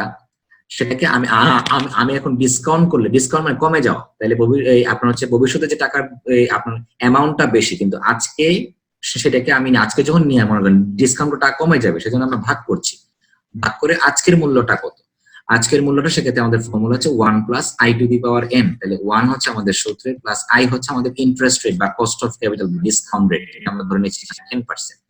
তাহলে হচ্ছে 10% কে আমরা হচ্ছে দশমিকে লিখবো 0.10, 100 টাকা করলে 0.10 পেয়ে যাবেন। আর n হচ্ছে number of years, number of year কত 1 বছর, ঠিক আছে, ফার্স্ট ইয়ারের ক্যাশ ফ্লো তাহলে 1। তার মানে কি জাস্ট ভেরি সিম্পল, যে ইয়ারের ক্যাশ ফ্লো যে ক্যাশ ফ্লো সেই ক্যাশ ফ্লোটাকে আপনি কি করবেন যে 1 প্লাস i হচ্ছে ইন্টারেস্ট বা কস্ট অফ ক্যাপিটাল, এইখানে বিভিন্ন জায়গায় i এর জায়গায় r পাবেন অথবা k পাবেন, একই কথা, ঠিক আছে, i এর জায়গায় কেউ কেউ r বলে কেউ কেউ k বলে কোনো কোনো বইয়ে, ঠিক আছে, কস্ট অফ ক্যাপিটাল বা ডিসকাউন্ট রেট। মানে হচ্ছে আপনাকে যে আপনার হচ্ছে যে ইয়ারের ক্যাশ ফ্লো সেইটাকে আপনি হচ্ছে ভাগ করবেন 1 plus i to the power n দ্বারা, ঠিক আছে। যদি ধরেন আমার এখানে কি থাকতো ধরেন সেকেন্ড ইয়ারে গিয়ে আমি আরেকটা ক্যাশ ফ্লো পাচ্ছি ধরেন 2000 টাকা ফর এক্সাম্পল, তাহলে আমার তাহলে তাহলে এই 2000 টাকাকে তাহলে আমি যদি হচ্ছে কি বলে প্রেজেন্ট ভ্যালুতে কনভার্ট করি সেটা কি হবে, তাহলে সেটা হবে হচ্ছে এই আমার হচ্ছে 2000 মানে আমার ক্যাশ ফ্লো যেটা আমার সেকেন্ড ইয়ার, তাহলে আমার সূত্রটা হবে তাহলে আমার হচ্ছে কি যে আমার ক্যাশ ফ্লো বা ফিউচার ভ্যালু 2 ডিভাইডেড হচ্ছে 1 plus i to the power n এর জায়গায় হচ্ছে আমার 2, মানে যে ইয়ার সেই ইয়ারের ক্যাশ ফ্লো 2, তাহলে সেকেন্ড ইয়ারের ক্যাশ ফ্লো কত আমার হচ্ছে আপনার 2000 টাকা, 2000 টাকা আর হচ্ছে আমার কি বলে এই সেকেন্ড ইয়ারের ক্যাশ ফ্লো হচ্ছে আমার আপনার ধরেন হচ্ছে এই আপনার যে 2000 টাকা 2000 টাকা, আর হচ্ছে যে 1 + 10.10 সেটা হচ্ছে এই আপনার যে ইয়ার হচ্ছে জাস্ট তাহলে সিম্পল, জাস্ট আপনার হচ্ছে যে ইয়ারে যে ক্যাশ ফ্লো, ফিউচারে ক্যাশ ফ্লো গুলো আছে সেগুলো কি করবেন, খালি 1 + i⁻n দ্বারা ভাগ করবেন। ঠিক আছে, তাহলে আপনি সেই ক্যাশ ফ্লোটার আজকের দাম কত, আজকের ভ্যালু কত, মানে জিরো পিরিয়ডে ভ্যালু কত, 1 বছর পরে 1100 টাকা ধরেন, সেটাকে আমার হচ্ছে এই ফর্মুলাটা ইউজ করার পরে হয়তো আমি আপনার ধরেন ভ্যালু পেলাম হয়তো আমার 1050 টাকা। তার মানে কি, আমার 1 বছর পরে যেটা আমি 1100 টাকা পাবো সেটা আমার আজকের ভ্যালু হচ্ছে 1050 টাকা। ঠিক আছে, 2 বছর পরে আমি যে আপনার যে 2000 টাকা পাবো সেটা হয়তো আজকে আমার প্রেজেন্ট হতে 15 পরে হয়তো 15 টাকা ফর এক্সাম্পল। এখন ওই 1000 এই 1000 এর সাথে এই 1100 যে আজকের যে ভ্যালু ফর এক্সাম্পল 1050 টাকা, এবার কি আপনি কম্পেয়ার করতে পারবেন যে আজকের 1000 টাকা আর ওই ভবিষ্যতে যে 1100 তার আজকের ভ্যালু হচ্ছে 1050 টাকা, তাহলে আমি 1000 টাকা খরচ করে আমি 1050 টাকা পাবো, আমি যাবো কিনা। ঠিক আছে, ঠিক আছে, আসলে আমরা অঙ্ক করলে জিনিসটা আরো ক্লিয়ার হবে। সো এটাই কনসেপ্টটা হচ্ছে আমাদের টাইম ভ্যালু অফ মানি। ঠিক আছে, টাইম ভ্যালু অফ মানি যেটা আমরা বলছিলাম যে আমাদের এই আপনার কি বলে, তাহলে আমাদের টাইম ভ্যালু অফ মানিতে আমাদের যেটা ছিল যে আমরা কি বলে যে আমাদের হচ্ছে টাইম ওভার দ্য টাইম, যে আমাদের ডিসকাউন্টিং এর যে কনসেপ্টটা সেটা হচ্ছে আমরা কনসিডার আমরা করি, কিন্তু এই যে এই আমাদের পেব্যাক পিরিয়ড এবং অ্যাকাউন্ট পিরিয়ড হচ্ছে সেগুলো কনসিডার করে না। ওকে, এখন কনসিডার করে যেগুলা সেগুলোর মধ্যে আমাদের যে টেকনিকটা সেটা হচ্ছে আমাদের এখন আমাদের যেটা হচ্ছে ইম্পর্টেন্ট টেকনিক, আমাদের হচ্ছে NPV, net present value, NPV. ঠিক আছে, নেট প্রেজেন্ট ভ্যালু, এনপিভি কি জিনিস আমরা দেখি। এনপিভিটাকে আমরা বলছি যে আমাদের difference, okay, difference between okay present value হচ্ছে আমাদের আজকে, okay, present value of cash flows, cash inflow এই আমাদের হচ্ছে বিভিন্ন ইয়ারে যেগুলো আমরা ক্যাশ ইনফ্লো পাচ্ছিলাম এই যে ফার্স্ট ইয়ার থেকে ফোর্থ ইয়ার পর্যন্ত, এদের হচ্ছে প্রেজেন্ট গুলো আমরা বের করব ওই আমাদের শেষ সূত্রের মাধ্যমে। আর আমরা যে ক্যাশ আউটফ্লো করছিলাম তারও হচ্ছে আমাদের ক্যাশ আউটফ্লো যে করছিলাম তারও হচ্ছে আমাদের কি করতে হবে, তারও হচ্ছে প্রেজেন্ট গুলো আমরা বের করব। ঠিক আছে, তাহলে কি হচ্ছে আমাদের এই আপনার এই সমস্ত ক্যাশ ইনফ্লো গুলা, যেমন দেখেন এই যে ফার্স্ট এই আপনার এই যে আমাদের cash flow 1 divide by 1 plus k to the power 1, ওই যে আমাদের কিছু যে আমাদের কি বলে যে প্রেজেন্ট ভ্যালু সমান সমান যে আমাদের প্রেজেন্ট ভ্যালু সমান সমান আমরা বলছিলাম ফিউচার ভ্যালু অথবা ক্যাশ ফ্লো যেটাই বলেন, cash flow two the power n, এর নিচে জাস্ট একটা আমার নাম্বার অফ ইয়ার বোঝার জন্য, আর হচ্ছে 1 প্লাস i অথবা আর অথবা কে যেটাই বলেন, যেমন এখানে কে এর কথা বলে আমরা কে এর কথাই বলি 1 plus k to the power n। তাহলে n যখন হচ্ছে আমার ক্যাশ ফ্লো যখন ফার্স্ট ইয়ার তখন হচ্ছে পাওয়ারও ফার্স্ট ইয়ার, সেকেন্ড ইয়ারে ক্যাশ ফ্লো পাওয়ারও 2, থার্ড ইয়ারে ক্যাশ ফ্লো পাওয়ার 3, এরকম ভাবে যত ইয়ার থাকবে। এরা হচ্ছে যে প্রেজেন্ট ভ্যালু অফ ক্যাশ ইনফ্লোজ, ঠিক আছে, যেটা এগুলো আমরা পাবো। এর থেকে আমরা হচ্ছে মাইনাস করব আমাদের কত খরচ গেছে ক্যাশ আউটফ্লো প্রেজেন্ট ভ্যালু। আপনাকে যদি আপনার ক্যাশ আউটফ্লো যেমন এখানে জাস্ট সি মাইনাস করছে কিন্তু তার কিন্তু প্রেজেন্ট ভ্যালু পড়ে না, কেন? কারণ হচ্ছে আমাদের এই যে ক্যাশ ফ্লোটা দেওয়া আছে, দেখেন ক্যাশ আউটফ্লো শুধুমাত্র হচ্ছে এই আপনার যে ইয়ার জিরোতে, ইয়ার জিরো মানে আজকে, তার মানে এটাই হচ্ছে আজকের প্রেজেন্ট ভ্যালু, আজকেরটা তো আজকে, সেজন্য আজকেরটাতে কোনো প্রেজেন্ট ভ্যালু আপনাকে করতে হবে না, এটা অলরেডি হচ্ছে প্রেজেন্ট ভ্যালু করা, সেজন্য জাস্ট হচ্ছে আপনার 10,000 মাইনাস করে দিলে হচ্ছে এই সিটা হচ্ছে সি অথবা সিইউএফ বলেন ক্যাশ আউটফ্লো। ঠিক আছে, ক্যাশ আউটফ্লো, যদি ক্যাশ আউটফ্লো তাহলে হচ্ছে আমাদের যেহেতু হচ্ছে আমাদের জিরো পিরিয়ডই আমাদের আছে সেজন্য জাস্ট খালি মাইনাস করে দিচ্ছি। যদি জিরো পিরিয়ড ছাড়া অন্য কোনো পিরিয়ড, ধরুন আমি 5th ইয়ারে গিয়েছি, আমি বললাম যে আমাদের কি বলে এই আরো 2000 টাকা আমার ক্যাশ আউটফ্লো হচ্ছে মাইনাস ক্যাশ আউটফ্লো, এখানে কি হইতো সেক্ষেত্রে আমাদের ওই আপনাদের কি বলে মাইনাস দিয়ে হচ্ছে যে cash outflow of year 5 divide by হচ্ছে 1 plus k to the power 5, that's it. ঠিক আছে, মানে ওইটাকেও আপনার আজকে প্রেজেন্ট ভ্যালু করলে কত, মানে সবগুলাকে আপনার প্রেজেন্ট ভ্যালু করতে হবে। মূল কথা হচ্ছে যে আপনার যত ক্যাশ ইনফ্লো থাকবে সেগুলো হচ্ছে প্রেজেন্ট ভ্যালু বের করবেন, যত হচ্ছে ক্যাশ আউটফ্লো থাকবে সেগুলোরও প্রেজেন্ট ভ্যালু বের করবেন, ক্যাশ আউটফ্লোস। ঠিক আছে, তারপর হচ্ছে দুইটা মাইনাস করবেন, মাইনাস করলে আমি কত টাকা পাবো আজকের ভ্যালুতে আর কত টাকা দিব আজকের ভ্যালুতে, এই যে নেট যে ডিফারেন্সটা, এটা একটা প্রেজেন্ট ভ্যালু, এটা একটা প্রেজেন্ট ভ্যালু, দুইটার যে ডিফারেন্স সেটাকে আমরা বলছি net present value. Net present value মানে হচ্ছে এনপিভি, নেট প্রেজেন্ট ভ্যালু মানে হচ্ছে এনপিভি। স্যার জি আমার ক্যাশ আউটফ্লো তো এখানে 10,000, রাইট? আর আমি যদি সাপোজ 2 বছর পরে গিয়ে আরো যদি 5,000 ইনভেস্ট করি, মানে ক্যাশ আউটফ্লো করি, দেন আমার তাহলে সি এখানে মাইনাস হইতো তাহলে 10 + 5 15,000, রাইট? 10+5, কিন্তু পরের 5 তো আজকের না, পরের 5 তো হচ্ছে সেকেন্ড ইয়ারে, তাহলে হচ্ছে পরের 5টাকে আপনাকে প্রেজেন্ট ভ্যালুতে কনভার্ট করে নিতে হবে। আচ্ছা, তখন হচ্ছে সেই সূত্রটা লাগবে আপনার, ঠিক আছে? সূত্র খালি তখন মাইনাস সাইন হয়ে যাবে আর কি, বুঝতে পারছেন? জি। বুঝতে পারছি। তাহলে ক্যাশ ইন ক্যাশ, ওইটা শুধু আমার শুধু 5,000 টাকা আমার প্রেজেন্ট ভ্যালুতে কনভার্ট করতে হবে, জি জি জি জি জি যেটা এর সঙ্গে 10,000 যোগ হবে। আচ্ছা, জি জি জি। ওকে, থ্যাংক ইউ। আচ্ছা, তারপরে তাহলে আমার তাহলে এটাই হচ্ছে আমাদের কি বলে time value of money consider করছে, এবং অল ক্যাশ ফ্লো সে দেখেন হচ্ছে সব ক্যাশ ফ্লো ইউজ করছে এবং শুরু থেকে শেষ পর্যন্ত। আর মনে রাখবেন রিয়েল লাইফে এই এনপিবি, এই যে নেট প্রেজেন্ট ভ্যালু এখন যেটা পড়ছে, এবং আমাদের নেক্সট যেটা পড়বো IRR, internal rate of return, এই দুইটাই হচ্ছে mostly use in real life, ঠিক আছে? আচ্ছা, তো এখন আসেন আমরা এই সূত্র অনুযায়ী আমরা হচ্ছে আমাদের অঙ্কটা করি। ওকে, আমাদের অঙ্কটার জন্য আসেন আমরা হচ্ছে কি বলে এই আপনার এই এনপিভি সূত্রটা ফার্স্ট আপনারা লিখবেন, ঠিক আছে? পরীক্ষা লিখে তারপর হচ্ছে তাহলে আসেন আমরা বের করি এখন হচ্ছে NPV of project A. Project A বলেন আপনার প্রজেক্ট এর আপনার ইয়েটা কত? এই আপনার কি বলে ফার্স্ট ইয়ারে ওই আপনার হচ্ছে ক্যাশ ইনফ্লো কত? ফার্স্ট ইয়ারে ক্যাশ ইনফ্লো কত? 2500 টাকা, 2,500 টাকা, না, 6,500। 6,500, সরি 6,500। 6,500 ডিভাইডেড বাই যে 1 প্লাস কে, কে হচ্ছে আমাদের ডিসকাউন্ট রেট। ডিসকাউন্ট রেট কত অঙ্কের? 10%, sir. Cost of capital discount rate, rate of return আমাদের 12%। 12%। প্রতি বছর সবার জন্য 12%। আমাদের 12% হচ্ছে 0.12। আপনি 100 দ্বারা ভাগ করে নিলে আপনি হচ্ছে কি বলে দশমিকে লিখবে সবসময়। আচ্ছা, এই আমাদের কোন ইয়ারের ক্যাশ ফ্লো? ফার্স্ট ইয়ারের। এই আপনার যদি পাওয়ার 1 দিলেও হয়, না দিলেও হয়, একই কথা। আচ্ছা, তারপরে সেকেন্ড ইয়ারের ক্যাশ ফ্লো কত? 3,000। 3,000 divided by 1 plus 0.12 to the power 2, ঠিক আছে? আপনার হচ্ছে 1 প্লাস 0.12 না লিখে সরাসরি 1.12 লিখতে পারেন, একই কথা, ঠিক আছে? জি স্যার। ওকে, আচ্ছা, তারপরে হচ্ছে আমাদের এই আপনার যে কনসেপ্টটা বুঝে গেছেন এখন, খুবই সিম্পল। থার্ড ইয়ারে ক্যাশ ফ্লো কত? সেম ভাবে 3,500। 3,500 ডিভাইডেড বাই 1.12 3, তারপরে প্লাস আমার ফোর্থ ইয়ারে ক্যাশ ফ্লো কত? 1,500। 1,500 divided by 1.12 two the power 4। তারপর হচ্ছে মাইনাস, মাইনাস হচ্ছে আমাদের ক্যাশ আউটফ্লো। আউটফ্লো শুধুমাত্র একটা, তাহলে জিরো পিরিয়ডে, তাহলে হচ্ছে 10,000। তাহলে হচ্ছে সরাসরি খালি 10,000, যেহেতু এটা আজকের জিরো, সুতরাং সেটা হচ্ছে আমাদের অলরেডি হচ্ছে আজকেরটা মানে হচ্ছে প্রেজেন্ট ভ্যালু, ঠিক আছে? তার আর সূত্র লাগবে না, ঠিক আছে? যদি আপনার সূত্র বসাইতেও চান, ফর এক্সাম্পল ধরেন আপনি দিলেন তাহলে হচ্ছে 1.1 জিরো, কিন্তু আমরা জানি কোনো কিছু টু দি পাওয়ার 0 মানে হচ্ছে 1, তার মানে এই অংশের মান হচ্ছে 1, তো 1 দ্বারা ভাগ করলে যে কথা, না করলে একই কথা, ঠিক আছে?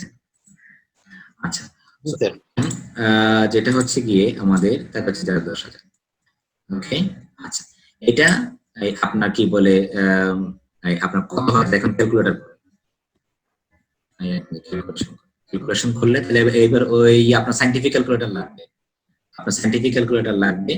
আমি একটু আমার স্ক্রিনটা একটু শেয়ার করছি এর সাথে, কি বলে ক্যালকুলেটর আমার হচ্ছে কম্পিউটার অন করেছে সায়েন্টিফিক ক্যালকুলেটর। আপনাদের বিভিন্ন জনের বিভিন্ন মডেলে থাকতে পারে, সবাই আপনাদের কম বেশি আপনাদের জানার কথা, ঠিক আছে? যদি এমন কেউ থাকেন যে আপনার একটু ঝামেলা আছে সায়েন্টিফিক ক্যালকুলেটরে, আপনি একটু আপনার হচ্ছে কি বলে যে এখন সবকিছু সম্ভব, ইউটিউবে সবকিছু সম্ভব, এই আপনি একটু দেখে নিবেন, ঠিক আছে? আচ্ছা, এখন খেয়াল করে আমি আমার আপনার কি বলে কম্পিউটারটা ইউজ করছি। ওকে, যেমন এই আমরা যদি বলি আমাদের আচ্ছা, এই আপনার কি বলে এই আমাদের কি আপনার কি ফার্স্ট ক্লাস কত ছিল? তাহলে আমার 6,500 ডিভাইডেড বাই কত ছিল যে 1.12। ওকে, to the power 1, two the power 1 আমাদের দরকার নাই, তাহলে 1.12, তাহলে 1.12 কত হয় এখানে? না দেখেন 5,803.57, ঠিক আছে? 5,803 আপনার যে 17। এখন আমি যদি হচ্ছে কি বলে এই আপনার এই রকম ভাবে হচ্ছে 5,803.17 এই হচ্ছে আমার ফার্স্ট ইয়ার পেপার। হচ্ছে সেকেন্ড ইয়ারটা হচ্ছে 3,000 ডিভাইডেড বাই 1.12 আপনার হচ্ছে square to the power 2। The power 2 টা আপনি কিভাবে করবেন? আপনার জাস্ট হচ্ছে আপনার কি বলে এই কত ছিল 3,000, হ্যাঁ এটা হচ্ছে 3,000 2,391 টাকা 58 পয়সা। 3,000 ডিভাইড বাই হচ্ছে 1.12 টু দি পাওয়ার হচ্ছে ওই রকম যে ওই এক্স দিয়া যেগুলো আছে অথবা এক্স টু দি পাওয়ার যেগুলো আপনার বিভিন্ন ভাবে দেওয়া যায়, ঠিক আছে? আপনাদের একটা ক্যালকুলেটরে একটা মেথড আছে, ঠিক আছে?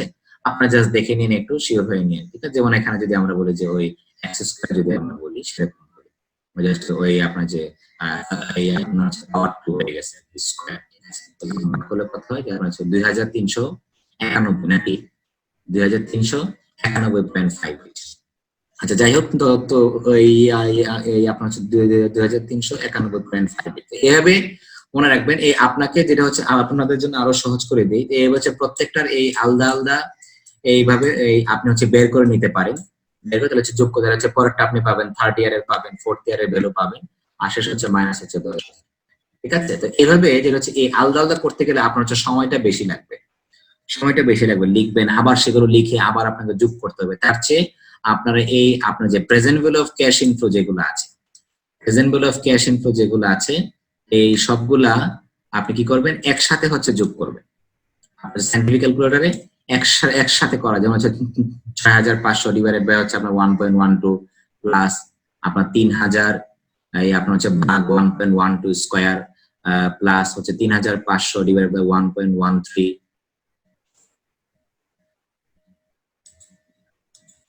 হ্যাঁ হ্যাঁ, এই আপনার যে প্লাস হচ্ছে 3,500 ডিভাইড বাই 1.12 আপনার হচ্ছে টু দি পাওয়ার কিউব, মানে সবগুলা একসাথে করে যত ইয়ারে থাকে সবগুলো হচ্ছে মানে আপনার কি বলে যে প্রেজেন্ট ভ্যালু যেগুলো মানে এই ক্যাশ ইনফ্লো যেগুলো, সেগুলো হচ্ছে আপনি একসাথে বের করবেন। ক্লিয়ার? এই আলাদা আলাদা যদি আপনি একসাথে করতে না পারেন, যদি ঝামেলা, সেক্ষেত্রে আপনি আলাদা আলাদা করবেন, সেক্ষেত্রে সময় বেশি লাগবে।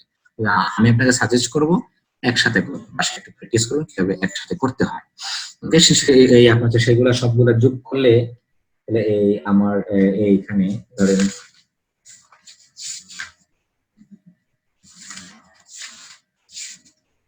আপনার কি বলে 1,500 3,000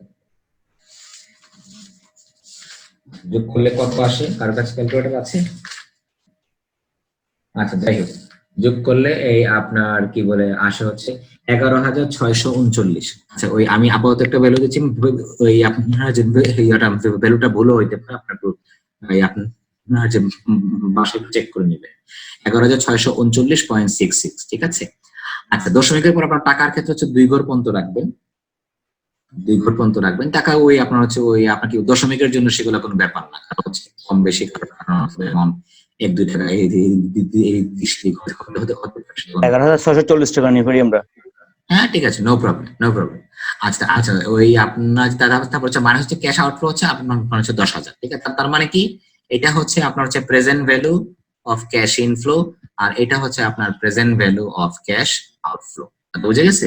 জাস্ট এখন খালি মাইনাস করে দিলেই আপনি এনপিভি, তাহলে আপনার হচ্ছে প্রজেক্ট এর এনপিভি কত? 1,639.66 বা 1,640 যেটাই বলে, ঠিক আছে?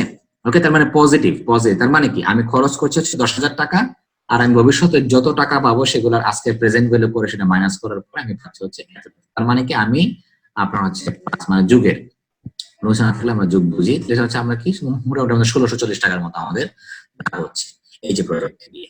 ক্লিয়ার? এই হচ্ছে আমাদের আপনার কি বলে এই আপনার এ প্রজেক্টের এনপিভি, ঠিক আছে? 1,639। ঠিক সেম ভাবে হচ্ছে প্রজেক্ট বি এর করা যাবে না? করা যাবে স্যার। হ্যাঁ, ঠিক সেম ভাবে প্রজেক্ট বি এর আমাদের ঠিক সেম ভাবে 3,500 ডিভাইড বাই 1.12 সেরকম ভাবে করে আপনার হচ্ছে এই এরো এনপিভি ধরেন আমরা ধরে নিচ্ছি আপনার প্রজেক্ট বি এর এনপিভি ধরেন হচ্ছে আপনার কি বলে যে আপনার প্রজেক্ট বি এর হচ্ছে আপনার হচ্ছে কি বলে মাইনাস আসতেছে, কারণ হচ্ছে মাইনাস আপনার ফর এক্সাম্পল প্রজেক্ট বি এর এনপিভি অফ প্রজেক্ট বি আপনার হচ্ছে ক্যালকুলেশন করার পরে ধরেন 360 মাইনাস 360.68 আচ্ছা ভালো কথা, যেটা হচ্ছে এর মান হচ্ছে কি আসতে পারে, আপনার হচ্ছে প্লাসও আসতে পারে আবার কি মাইনাসও আসতে পারে, যে কোনো আসতে পারে। এই আমার যদি লাভ হয় সেক্ষেত্রে প্লাস আসবে, যদি আমার কি বলে মাইনাস হয় তার মানে কি আমি 10,000 ইনভেস্টমেন্ট করে তার চেয়ে আমি কম পাচ্ছি, তার চেয়ে আমি 360 টাকা 361 টাকা আমি কম পাচ্ছি। ঠিক আছে, ওকে।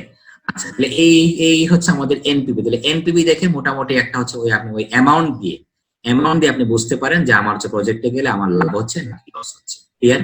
এই হচ্ছে আমাদের এনপিভি।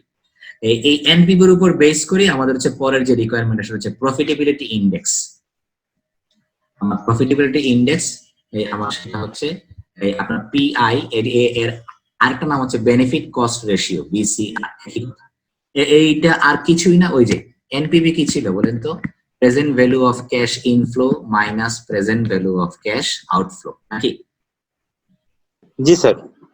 এখন খালি এই মাইনাসে যে খালি হচ্ছে যদি আপনি হচ্ছে ভাগ করেন তাহলে সেটাই হচ্ছে আপনার পিআই। That's it. এই দেখেন present value of cash inflow divided by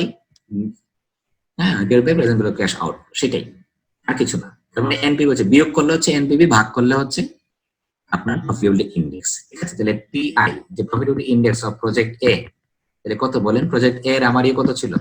11,639 ছিল না, 0.66, আর হচ্ছে ক্যাশ আউটফ্লো কত ছিল? 10,000। 10,000।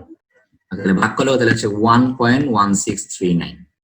ঠিক আছে, দ্যাটস ইট। যে আপনার হচ্ছে মানে 1 এর চেয়ে, আর হচ্ছে আপনার কি বলে পিআই অফ বি হবে কি, যে আপনার হচ্ছে কি বলে আপনার যে মাইনাস 360 পয়েন্ট সামথিং ছিল, আপনার ডিভাইড বাই 10,000 কত আসবে? তাহলে হচ্ছে আপনার কি বলে যে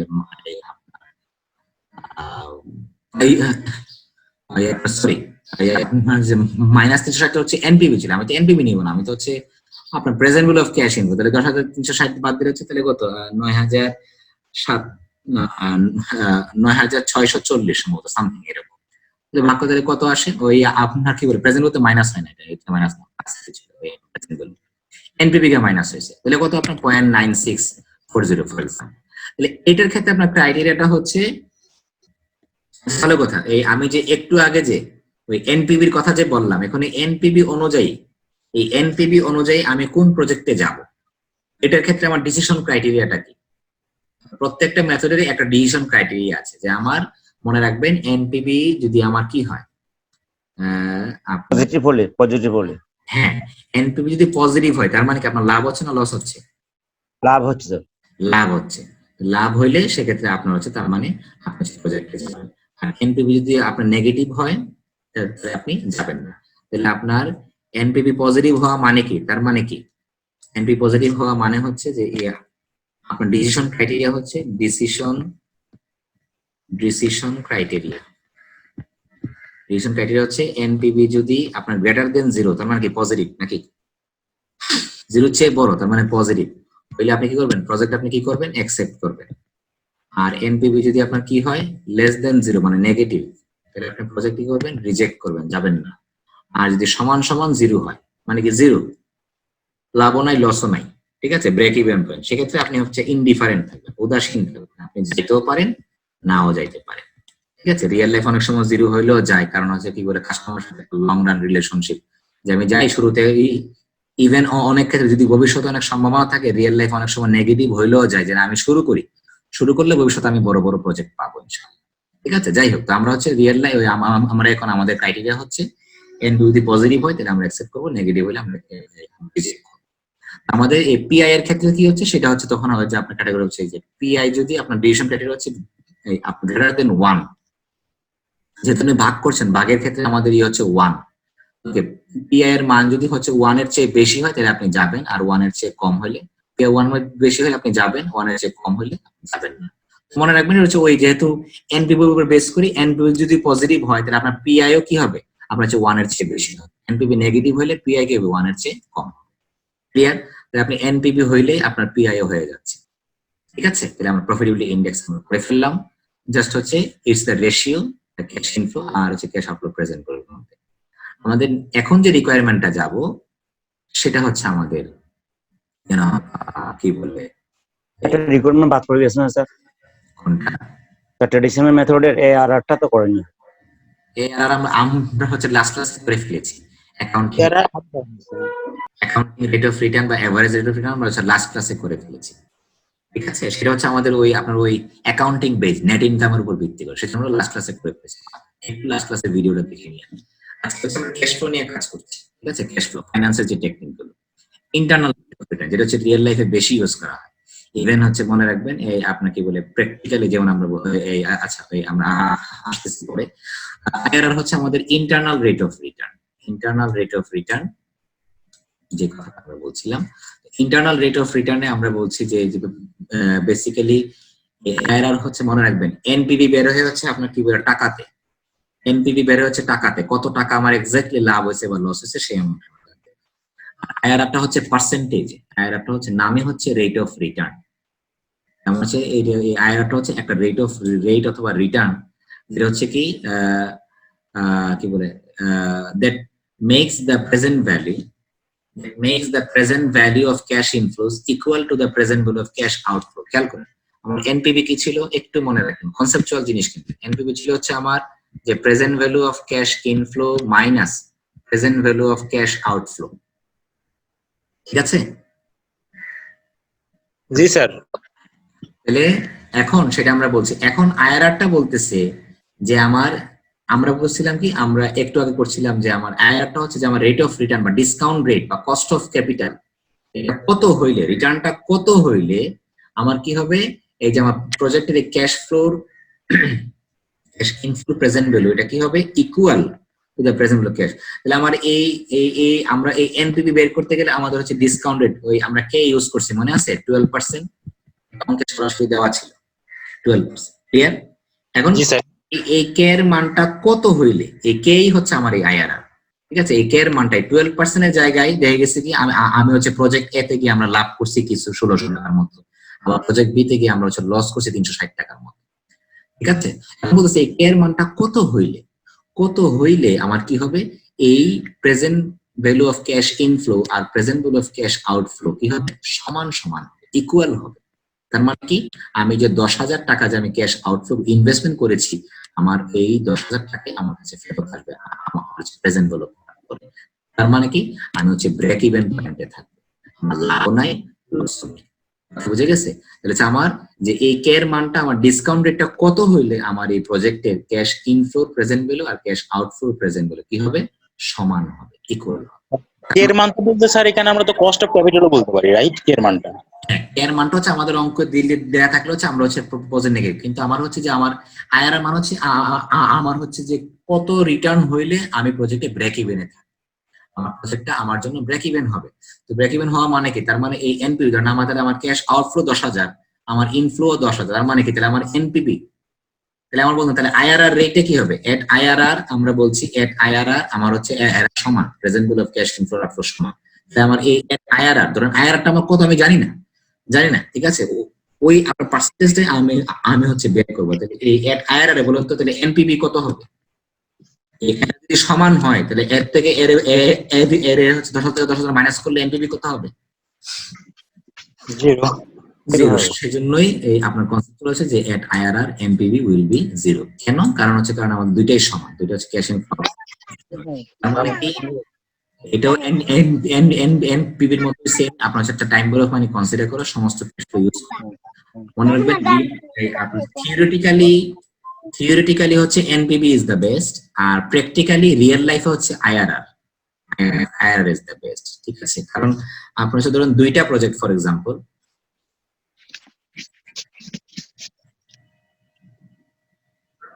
যেটা হচ্ছে আমাদের আইআরআর আপনার কি বলে যে ওই এনপিভি, আচ্ছা ওই আপনার যে কেন কোনটা বেশ পরে আসতেছি আমি, আগে আপাতত টেকনিকটা বুঝে। আচ্ছা, এখন আমরা আইআরআর কনসেপ্টটা বুঝলাম, এটা হচ্ছে বেশি একটা রেট, যে আমার এই ডিসকাউন্ট রেটটা কত হইলে আমার হচ্ছে কি হবে, যে আমার হচ্ছে present value of cash inflow আর আউটফ্লো কি হবে, সমান হবে, সুতরাং এনপিভি জিরো। এটা আমরা বের করি হচ্ছে আমাদের ট্রায়াল এন্ড এরর মেথডে। মনে রাখবেন রিয়েল লাইফে আপনি এই যে এগুলো আমরা এখন সূত্র দিয়ে করছি, কিন্তু রিয়েল লাইফে করবেন সেগুলোর জন্য সফটওয়্যার আছে, ইভেন এক্সেলে দেওয়া ফর্মুলা আপনি হচ্ছে খুবই সিম্পলি, আমরা ওই আমাদের যদি আজকে ক্লাসে যে সময় থাকে তাহলে আমরা সেটা দেখাবো এক্সেলে কিভাবে জিনিসগুলো করা যায়, ঠিক আছে? ভেরি সিম্পল, আপনারা নিজেরাই দেখতে পারেন, নিজেরাই দেখতে পারেন। আচ্ছা, আর একটা আমরা বলছিলাম যে ট্রায়াল এন্ড এরর মেথড আমরা করব, মানে হচ্ছে আমরা ট্রাই করতে থাকবো, আমরা বের করব। এই ক্ষেত্রে মনে করেন আমাদের হচ্ছে প্রত্যেকটা আইআরআর বের করার জন্য আমাদের হচ্ছে 2টা এনপিভি লাগবে। আমরা তো অলরেডি তো আমরা তো একটা এনপিভি আমরা বের করছি, তাই না, প্রত্যেকটা প্রজেক্টের। ওকে, ধরুন প্রজেক্ট এ তে আমাদের এন স্যার ছিল যে 1649, সেটা কি পজিটিভ ছিল না? Positive positive sir. জি স্যার।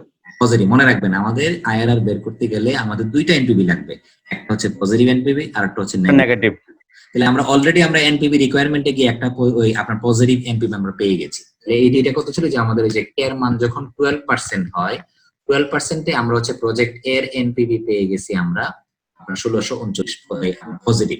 তাহলে আমরা অলরেডি একটা হচ্ছে পজিটিভ পেয়েছি, মনে রাখবেন। আরেকটা লাগবে হচ্ছে উল্টা নেগেটিভ, ঠিক আছে? ওকে, 2টা পজিটিভ, এই আপনার হচ্ছে যে 2টা এনপিভি লাগবে, একটা হচ্ছে পজিটিভ আর হচ্ছে নেগেটিভ লাগবে। ক্লিয়ার? তাহলে আপনি যদি অলরেডি যদি পজিটিভ পেয়ে থাকেন তাহলে আপনাকে আরেকটা হচ্ছে নেগেটিভ লাগবে। অলরেডি যেমন আপনার হচ্ছে প্রজেক্ট বি এর ক্ষেত্রে আপনি হচ্ছে নেগেটিভ পেয়েছেন, এর ক্ষেত্রে হচ্ছে আপনি নেগেটিভ পেয়েছেন, সেক্ষেত্রে আপনার কি হবে, আপনাকে একটা পজিটিভ বের করতে হবে, ঠিক আছে? তাহলে আমাদের 2টা এনপিভি, একটা পজিটিভ একটা নেগেটিভ, ঠিক আছে?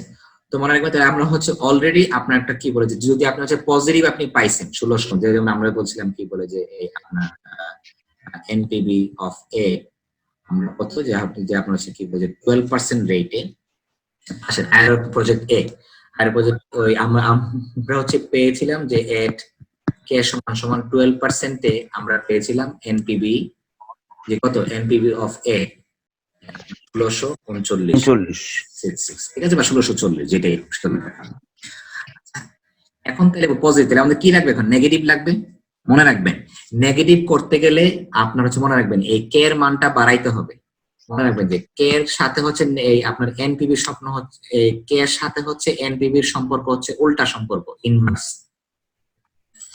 ওকে, যে কে এর মান যদি বাড়ে তাহলে এনপিভির মান কমবে, কে এর মান যদি কমে তাহলে এনপিভির মান বাড়বে। কেন? ওই যে সূত্র আছে এনপিভির, খেয়াল করেন যে কে কোথায় আছে, লবে নাকি হরে? কে কোথায় আছে, এখানে হরে আছে। তাহলে এই হরের মান, তাহলে আপনার হর যদি বেশি হয় তাহলে ভাগফল কি হবে, কমবে না? কমবে। জি স্যার। তাই না? ঠিক আছে, যদি বড় হয় তাহলে এনপিভি কমবে। আসেন তাহলে আমাদের এখানে কে, তাহলে আমার এনপিভি পজিটিভ, তাহলে আমি এনপিভি নেগেটিভ, মানে নেগেটিভ আমি হচ্ছে এনপিভি নেগেটিভ চাইলে আমাকে কে এর মান কিন্তু বাড়াইতে হবে। কে এর মান কতটুকু, পরীক্ষার হলে আপনি কতটুকু বাড়াবেন? আপনি হয়তো 12 এর জায়গায় আপনি 15% করতে পারেন, 20% করতে পারেন, 30% করতে পারেন। পরীক্ষায় এত সময় নাই, আপনাকে পরীক্ষার জন্য আপাতত একটু বেশি করেই ধরেন। ধরেন আপনি জায়গায় আপনি 20 ধরলেন, এই 1500 না করে বা 30ও যাইতে পারেন, নো প্রবলেম। মনে রাখবেন আয়ের রেজাল্ট এক একজনের এক রকম হবে, কাছাকাছি এক্স্যাক্টলি সেম হবে না সবার, কারণ একটা কে কত ধরতেছে, আপনি হয়তো 30 ধরলেন, আর জন্য তো 20 ধরলো, ঠিক আছে? ধরুন হচ্ছে 20 ধরার পরে ওই আপনি ওই এনপিভি কি করবেন, ওই আপনার হচ্ছে এখন ওই যেটা হচ্ছে আপনি যে ওই আপনার ওই এনপিভি, এই যে এনপিভি যে বের করছিলেন আপনি, সেখানে কি 12% ধরে বের করছিলেন না? ওই সেম জিনিসটা কি করবেন, এখন এই 12% এর জায়গায় হয়তো আপনি 20% ধরে করেন অথবা আপনি 30% ধরে করেন, আপনার ইচ্ছা, ঠিক আছে? আমি সাজেস্ট করবো একটু বেশি করেই ধরেন, কারণ দেখা যাচ্ছে আপনি 20% দিয়ে করলেন তারপরও আপনার নেগেটিভ হইলো না, তাহলে কিন্তু আরো বাড়াইতে হবে, তারপর সময় একটু নষ্ট হইল, ঠিক আছে? তাহলে আপনি কি করবেন, সেখানে গিয়ে তাহলে আমার ইয়েটা বের করবেন, আপনার কি বলে, আপনি এখন তাহলে আপনার কেয়ার মানটা বেশি করে ধরেন, কি হবে আপনার হচ্ছে আপনার কেয়ার মানটা যদি আপনার কি বলে 20% বা 30% যদি আপনি ধরেন, বা 20% ধরে যদি আপনি ধরেন কি বলে আপনার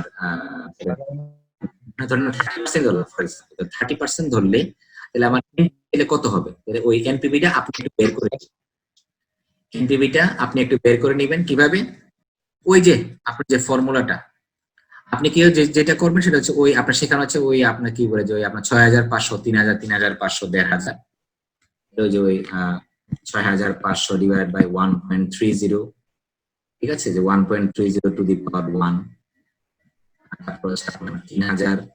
ওকে, যে যে ক্যাশ গুলো ছিল সেগুলোর খালি হচ্ছে কি নিচে 1.12 লেখা হচ্ছে 1.30 স্কয়ার প্লাস কত ছিল 3500 আর হচ্ছে 1500, 3500 divide by 1.303, okay, to the power 3 plus 1500 divided by 1.30 to the power 4 minus হচ্ছে আপনার 10,000। ঠিক আছে, এভাবে করলে আপনার কি হবে, ওই এনপিভি আপনার কি করতে হবে, নেগেটিভ লাগবে, এনপিভি নেগেটিভ লাগবে। ঠিক আছে, নেগেটিভ এনপিভি ফর এক্সাম্পল কত হয় এই আমি জানি না, জাস্ট আমি ধরে নিচ্ছি। ফর এক্সাম্পল ধরেন আপনার কি বলে এই আপনার হয়তো বা ধরেন -1000 আসলো ফর এক্সাম্পল, আমি হচ্ছে ধরে নিলাম এটা। ঠিক আছে, ওই আপনারা হচ্ছে যে ক্যালকুলেশন করে নিবেন, এটা ক্যালকুলেশন করে যা আসে তা মাইনাস আসতে হবে। এইটা মোটামুটি ওই আপনার 22-25% মিলে নেগেটিভ হওয়ার কথা, কিন্তু পরীক্ষার হলে তো আপনি তো জানেন না, সেজন্য আপনি এটা করবেন। ঠিক আছে, এখন এটা করার পরে আমরা যেটা করবো সেটা হচ্ছে এই এনপিভি হচ্ছে নেগেটিভ হলো, তাহলে একটা কি পাইলাম পজিটিভ, একটা পাইলাম নেগেটিভ। এখন ধরুন আপনি ফর এক্সাম্পল হয়তো আপনি কোন 20% দিয়ে করলেন, করার পর আপনার স্টিল পজিটিভ, তাহলে আপনি আবার রেটটা বাড়ায়া করবেন।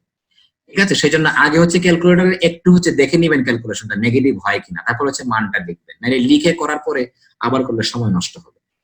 তাহলে আমরা এনপিভি দিলাম 30% গিয়ে আমরা কি পাইলাম, আপনার মাইনাস পেলাম, ধরুন ফর এক্সাম্পল ধরে নিলাম 1000। এখন আপনি আইআরআর কিভাবে বের করবেন, এখন তাহলে আসেন আমরা ইরেজ করি।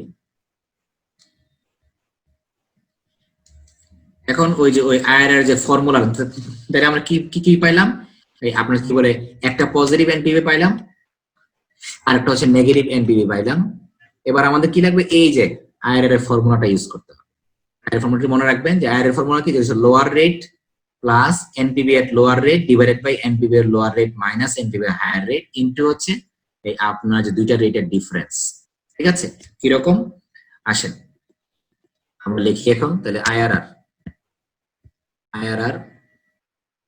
এর ফর্মুলা হচ্ছে কি, আমরা বলছিলাম শর্টকাট যদি লিখি lower rate plus NPV at lower rate divided by NPV at lower rate minus NPV at higher rate। ঠিক আছে, মনে রাখবেন এই NPV at lower rate এটা হচ্ছে উপরে, ওটাই আবার হচ্ছে নিচে শুরুতে, নাহলে কিন্তু আপনার কি বলে ওই আগে পরে হলে কিন্তু ওই আপনার অঙ্কের উত্তর কিন্তু চেঞ্জ হয়ে যাবে। তারপর হচ্ছে ইনটু, এটা হচ্ছে যোগ চিহ্ন, আর এই হচ্ছে গুণ হচ্ছে ওই আপনার যে দুইটা রেটের difference, higher rate minus lower rate. আসলে আমরা মান বসাই, আইআরআর অফ হচ্ছে প্রজেক্ট এর জন্য, তাহলে সুতরাং আইআরআর অফ প্রজেক্ট এ, তাহলে প্রজেক্ট এর মান বসান। বলেন লোয়ার রেট কত ছিল, এই আপনার হচ্ছে 30% দিকে ধরেন আমি হচ্ছে এনপিভি পাইছি ফর এক্সাম্পল, আমি ধরে নিচ্ছি -1000। ঠিক আছে, ধরে নিলাম, এসিউম। আচ্ছা, তাহলে বলেন তাহলে আপনার হচ্ছে লোয়ার রেট কোন, বলেন এই আপনার যে 12% আর হচ্ছে 30%, দুইটার মধ্যে লোয়ার রেট কোনটা, 12%। 0.12 দশমিকে লিখবেন, আপনার কি রেট সব দশমিকে ধরেন, এই আপনার লোয়ার রেট মানে 12%, লোয়ার রেট আপনার এনপিভি কত, 1639.6 বা 1640 যেটাই লেখেন, এটাই আবার নিচে এনপিভি এট লোয়ার রেট। তারপর হচ্ছে মাইনাস, এটা হচ্ছে সূত্রের মাইনাস। তারপরে এনপিভি এর হায়ার রেট, মনে রাখবেন হায়ার রেটের এনপিভি অলওয়েজ নেগেটিভ হবে। হায়ার রেটের এনপিভি 30% এর এনপিভি কত, নেগেটিভ 1000, -1000। দেখেন এইটা ছিল হচ্ছে সূত্রের মাইনাস, তারপর হচ্ছে আবার -1000 মাইনাস। আপনি চাইলে এভাবে লিখতে পারেন, অথবা একবার যদি লিখতে চান সেক্ষেত্রে মাইনাসে আপনি সরাসরি +1000 লিখবেন, আপনার ইচ্ছা। ঠিক আছে, কিন্তু আমি সাজেস্ট করবো মাইনাস দিকে লেখেন, নাহলে আপনি প্লাস লাগাই দিবেন। মাইনাস কিন্তু কি আপনি যখন হচ্ছে ক্যালকুলেশন যখন করবেন আপনি সরাসরি প্লাস তুলবেন। আপনি ক্যালকুলেটর 1639 প্লাস হচ্ছে আপনার 1000, মাইনাস দিয়ে ব্র্যাকেট দেওয়া মাইনাস দেওয়ার দরকার নেই, খালি লিখবেন কিন্তু ক্যালকুলেটরে প্লাস দিয়ে তুলবেন। তারপরে ইনটু দিয়ে হচ্ছে দুইটা রেটের গুণফল, দুইটা রেটের কত, ওই আপনার যে দুইটা রেট হচ্ছে এই আপনার যে difference, higher rate minus lower rate 0.30 minus 0.12। এইবার হ্যাঁ, আগে কি করবেন, আগে হচ্ছে কি এই আপনার যে ক্যালকুলেশন এই হরটা করবেন, আগে হরটা করে এই লবকে হর দ্বারা ভাগ করবেন, ভাগ করে তার সাথে হচ্ছে গুণ করবেন হচ্ছে এই আপনার হচ্ছে দুই রেটের ডিফারেন্সটা গুণ করার পরে এই টোটাল এই অংশের মান পাওয়ার পরে তার সাথে হচ্ছে আপনি 0.12 যোগ করবেন। ঠিক আছে, যোগ করে আপনি একবারে আপনি হচ্ছে কি বলে এই অংশের সবটা যেটা হচ্ছে 0.12 প্লাস এই অংশের সবটার যে মানটা আসবে, ঠিক আছে, সবটার যে মান আসবে, ধরেন ফর এক্সাম্পল হয়তো আসলো, ধরেন ফর এক্সাম্পল এই আমি যা ধরে নিচ্ছি ক্যালকুলেশন করে আপনার, ধরেন ফর এক্সাম্পল আসলো হচ্ছে আপনার ধরেন আপনার ধরেন 0.09 ফর এক্সাম্পল। ঠিক আছে, ওকে, তাহলে ওই এখন এই আমি আপনার জাস্ট ধরে নিলাম এসিও, ঠিক আছে, এখন দুটো যোগ করলে কত হয় তাহলে পয়েন্ট ধরেন তাহলে কত হলো 0.21, ঠিক আছে। এর চেয়ে বেশি হতে পারে কম হতে, কারণ আমি কিন্তু জাস্ট ধরে নিচ্ছি, ঠিক আছে। ওকে, তাহলে 0.21 মানে কি 21%, হ্যাঁ 100 গুণ করলে তার মানে কি 21% হচ্ছে আমাদের কি, বুঝতে পেরেছেন? তার মানে কি আমার ডিসকাউন্টেড, আমার যদি ওই আপনার যদি 20% হয় সেক্ষেত্রে আমার কি হবে, আমার এই আপনার হচ্ছে প্রজেক্ট এই আমার এই কি বলে 21% গেলে আমার প্রজেক্ট কি হবে, আপনার হচ্ছে ব্রেক ইভেনে যাবে, মানে আমার এনপিভি 0 হবে। ক্লিয়ার? ওকে, এনপিভি 0 হবে।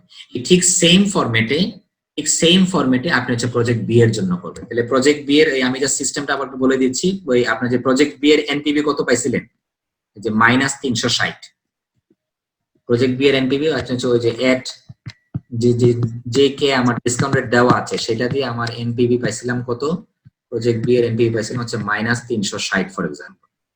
ওকে, 360 এই হচ্ছে মাইনাস, তাহলে আমাদের আরেকটা কি লাগবে, ওই আপনার পজিটিভ লাগবে। তাহলে পজিটিভ, তাহলে হচ্ছে আপনার যদি মাইনাস পজিটিভ করার জন্য কি করতে হবে, আপনাকে ডিসকাউন্ট রেট হচ্ছে কমাইতে হবে, আগে আসতে হবে স্যার, কমাইতে হবে। তাহলে আপনি হচ্ছে কমাইলে কত 12% আছে, তো আপনি তাহলে 5% ধরতে পারেন বা 3% ধরতে পারেন, কেউ হয়তো 7% ধরবে, আপনার ইচ্ছা। কারণ আমি যদি 5% ধরি ফর এক্সাম্পল, আমি ধরে নিচ্ছি 5% ধরলে হয়তো ওই আপনি ওই এনপিভি টা ক্যালকুলেট করবেন আবার, ওই যে ক্যাশ ফ্লো গুলো ছিল, জি স্যার। যে ক্যাশ ফ্লো ছিল সেইগুলাকে এরকম সূত্র দ্বারা আপনি হচ্ছে এখানে ওই যে 0.12 এর জায়গায় হচ্ছে আপনার 0.5 বা 0.03 যেটাই ধরেন আপনি দিয়ে কাজ করবেন। ক্লিয়ার? ধরেন আমি ধরে নিচ্ছি এনপিভি ধরেন পজিটিভ আসছে, ফর এক্সাম্পল ধরেন আপনার 100 টাকা ফর এক্সাম্পল পজিটিভ আসছে, ঠিক আছে, 1 টাকা পজিটিভ আসলে হবে, নো প্রবলেম, ঠিক আছে। ওকে, তাহলে এই বের করতে গেলে তার হচ্ছে ওই আপনার যে দুইটা রেটে আপনি পেয়ে গেলেন পজিটিভ। এবার হচ্ছে আইআরআর, প্রজেক্ট বি এর আইআরআর সেম ভাবে আপনার হচ্ছে লোয়ার রেট কত, আপনার কি 5%, তাহলে 0.05 প্লাস এনপিভি এর লোয়ার রেট কত 100, নিচে আবার 100 মাইনাস হচ্ছে আপনার হায়ার রেটের এনপিভি হচ্ছে -360, তারপর হচ্ছে ইনটু আপনার হচ্ছে দুইটা রেটের ডিফারেন্স, তাহলে higher rate minus lower rate, that's it, ঠিক আছে। আপনি আইআরআর গিয়া হয়তো বা আপনি পাইলেন ফর এক্সাম্পল ধরেন 0.09। ক্লিয়ার? ঠিক আছে, হ্যাঁ 0.09 হয়তো বা পাইলেন, ঠিক আছে। আচ্ছা, এখন যে কথাটা হচ্ছে তাহলে আমাদের এই আপনার কি বলে এই এই আমাদের সো যেটা তাহলে আমরা হচ্ছে দুইটারই আমরা কি বললাম, আমরা আইআরআর পাইলাম, ঠিক আছে। ওকে, এখন হচ্ছে আমাদের আপনার হচ্ছে ডিসিশনের পালা। হায়ার রেটটা স্যার 30%। স্যার স্যার এক মিনিট, এনপিভি লয়ার রেটটা স্যার 100 হবে না স্যার, -360 হবে। কোনটা? এনপিভি আর লয়ার রেট যেটা স্যার -0টা হবে না স্যার, মানে 100 হবে না -360 ওটা হবে? না না না না না না, এনপিভি এট হায়ার রেট হচ্ছে নেগেটিভ, হায়ার রেট হচ্ছে নেগেটিভ, হায়ার রেট আপনার হচ্ছে -360 এর চেয়ে 100 অনেক বড়, ঠিক আছে, কারণ সেটা হচ্ছে মাইনাস যত বড় তত ছোট। 360, হ্যাঁ মানে রাইট। জি, ওকে, আচ্ছা স্যার এনপিভিতে হায়ার রেটটা জি 30% এর জায়গায় বিভিন্ন পার্সেন্টেজ ধরা হয়, সাপোজ 40% বা এরকম। হ্যাঁ তো হ্যাঁ, ফাইনালি আইআরআর কি স্যার সিমিলার রেজাল্ট আসবে সবার ক্ষেত্রে? সিমিলার হবে না, একটু এদিক সেদিক হবে, বাট হচ্ছে ক্লোজ হবে। আমি সেজন্যই বললাম আপনাদের পরীক্ষা আইআরআর এক একজনের এক রকম হবে, বুঝতে পারছেন, সেটা কোনো ব্যাপার না। আইআরআর হচ্ছে আমরা স্যার ম্যাক্সিমাম কত পর্যন্ত নিতে পারবো? আমি কি স্যার আপনার ইচ্ছা, আপনি আবার এত বেশি নিয়েন না, আপনি মোটামুটি একটা ধরেন আপনার হচ্ছে কি বলে ওই আপনি অঙ্ক করতে করতে আপনি গ্যাস করে ফেলবেন, আপনার ইচ্ছা, মানে যেখানে নেগেটিভ হবে সেখানে আমি স্টপ করে দিব, সেখানে কি আপনি ইয়ে করে দিবেন, ঠিক আছে, স্টপ করে দিবেন, ঠিক আছে। আর এখন ওই আপনার কি বলে ওই এক্সেলে বা সফটওয়্যার আপনার একদম অটোমেটিক, আপনি খালি ইয়ে দিবেন, আপনার অটোমেটিক একদম আপনার একদম একুরেটলি আপনাকে আইআরআর বের করে দিবে, আপনার হচ্ছে আপনি একটা রেট ধরে নিলেই হয়। আচ্ছা, এই আপনাদের কি বলে এই অন্য ক্লাস হচ্ছে কুইকলি শেষ করে দিচ্ছি। এই আমাদের হচ্ছে ডিসিশনটা আমরা যে এতক্ষণ করলাম, তাহলে আমরা কোন প্রজেক্টে যাব, রিকোয়ারমেন্ট একটু আসে। এই যে which project should you accept or reject, যেটা আমরা বলছিলাম if the projects are independent যদি হয়, অথবা আমাদের কি বলছে মিউচুয়ালি এক্সক্লুসিভ যদি হয়, ঠিক আছে, ইন্ডিপেন্ডেন্ট আর হচ্ছে মিউচুয়ালি এক্সক্লুসিভ। তাহলে কথাটা একটু হচ্ছে বোঝার জন্য এই আমাদের কি বলে এই আপনার হচ্ছে এই দুইটা প্রজেক্টের মধ্যে আপনি কোনটা অ্যাকসেপ্ট করবেন যদি তারা ইন্ডিপেন্ডেন্ট হয় অথবা মিউচুয়ালি এক্সক্লুসিভ হয়। আমাদের এই যে দুইটা টার্ম একটু বুঝতে হবে, দুইটা টার্ম একটু বুঝতে হবে, ইন্ডিপেন্ডেন্ট আর হচ্ছে মিউচুয়ালি এক্সক্লুসিভ একটু বুঝতে হবে। Okay? আচ্ছা একটু আমরা কি পারস্পরিক সম্পর্ক স্যার? জি জি আপনার হচ্ছে আচ্ছা এই আপনাদের হ্যাঁ তো আমাদের আপনার যে ডিসিশন নেওয়ার ক্ষেত্রে একটু যেটা হচ্ছে যে আমাদের কি বলে এই আপনারা একটু হচ্ছে সামারি করে নিতে পারেন, যেমন প্রজেক্ট এ বি এর ক্ষেত্রে আপনি এনপিভি কত পাইছিলেন, ঠিক আছে? যেমন আমাদের প্রজেক্ট এর এনপিভি ছিল হচ্ছে 1639 for example, project B A ছিল -360, আইআরআর ছিল হচ্ছে প্রজেক্ট এ, মনে রাখবেন মেইন ডিসিশন না হচ্ছে এনপিভি আইআরআর দেখে, ঠিক আছে? মেইন ডিসিশন প্রজেক্টে যাবেন কি যাবেন না। আইআরআর ছিল তার ধরেন আপনার কত পার্সেন্ট ছিল, ধরেন এই আপনার কি বলে 22% ফর এক্সাম্পল, জাস্ট আমি ধরে নিচ্ছি, আর এর ধরেন হচ্ছে 9 বা 10% ফর এক্সাম্পল, ঠিক আছে? আচ্ছা এখন কথা হচ্ছে যদি প্রজেক্টগুলো যদি ইন্ডিপেন্ডেন্ট হয় সেক্ষেত্রে আপনার কি নেবেন? ইন্ডিপেন্ডেন্ট মানে হচ্ছে যে আপনার যতগুলো আপনার ক্রাইটেরিয়া ফুলফিল করবে আপনি ততটা প্রজেক্ট নিতে পারবেন, কোনো লিমিটেশন নাই। একটা প্রজেক্ট নিলে আরেকটা নেওয়া যাবে না, একটা আরেকটার উপর নির্ভর করে না। তো এই যে আমরা যে আইআরআর বের করলাম একটু আগে, এই আইআরআর ডিসিশন ক্রাইটেরিয়াটা কি? আইআরআর ক্ষেত্রে আমার ক্রাইটেরিয়াটা হচ্ছে এই আইআরআর যদি আমার কস্ট অফ ক্যাপিটালের চেয়ে বড় হয়, আইআরআরটা হচ্ছে ইনকাম আর কস্ট অফ হচ্ছে আমার খরচ, ওই যে 12% যেটা আমার ডিসকাউন্ট রেট। এই আইআরআর যা বের করলেন, এই আইআরআর যদি কস্ট অফ ক্যাপিটালের চেয়ে বেশি হয়, আপনার খরচের যদি আপনার ইনকাম যদি বেশি হয়, রিটার্ন যদি বেশি হয়, তাহলে আপনি অ্যাকসেপ্ট করবেন প্রজেক্ট। যেমন আপনার এই যে ফার্স্ট প্রজেক্ট, আর যদি আপনার কম হয়, কস্ট অফ ক্যাপিটালের চেয়ে যদি আপনার ইনকাম কম হয়, সেক্ষেত্রে আপনি রিজেক্ট করবেন। আর সমান সমান হলে আপনি ইনডিফারেন্ট থাকবেন।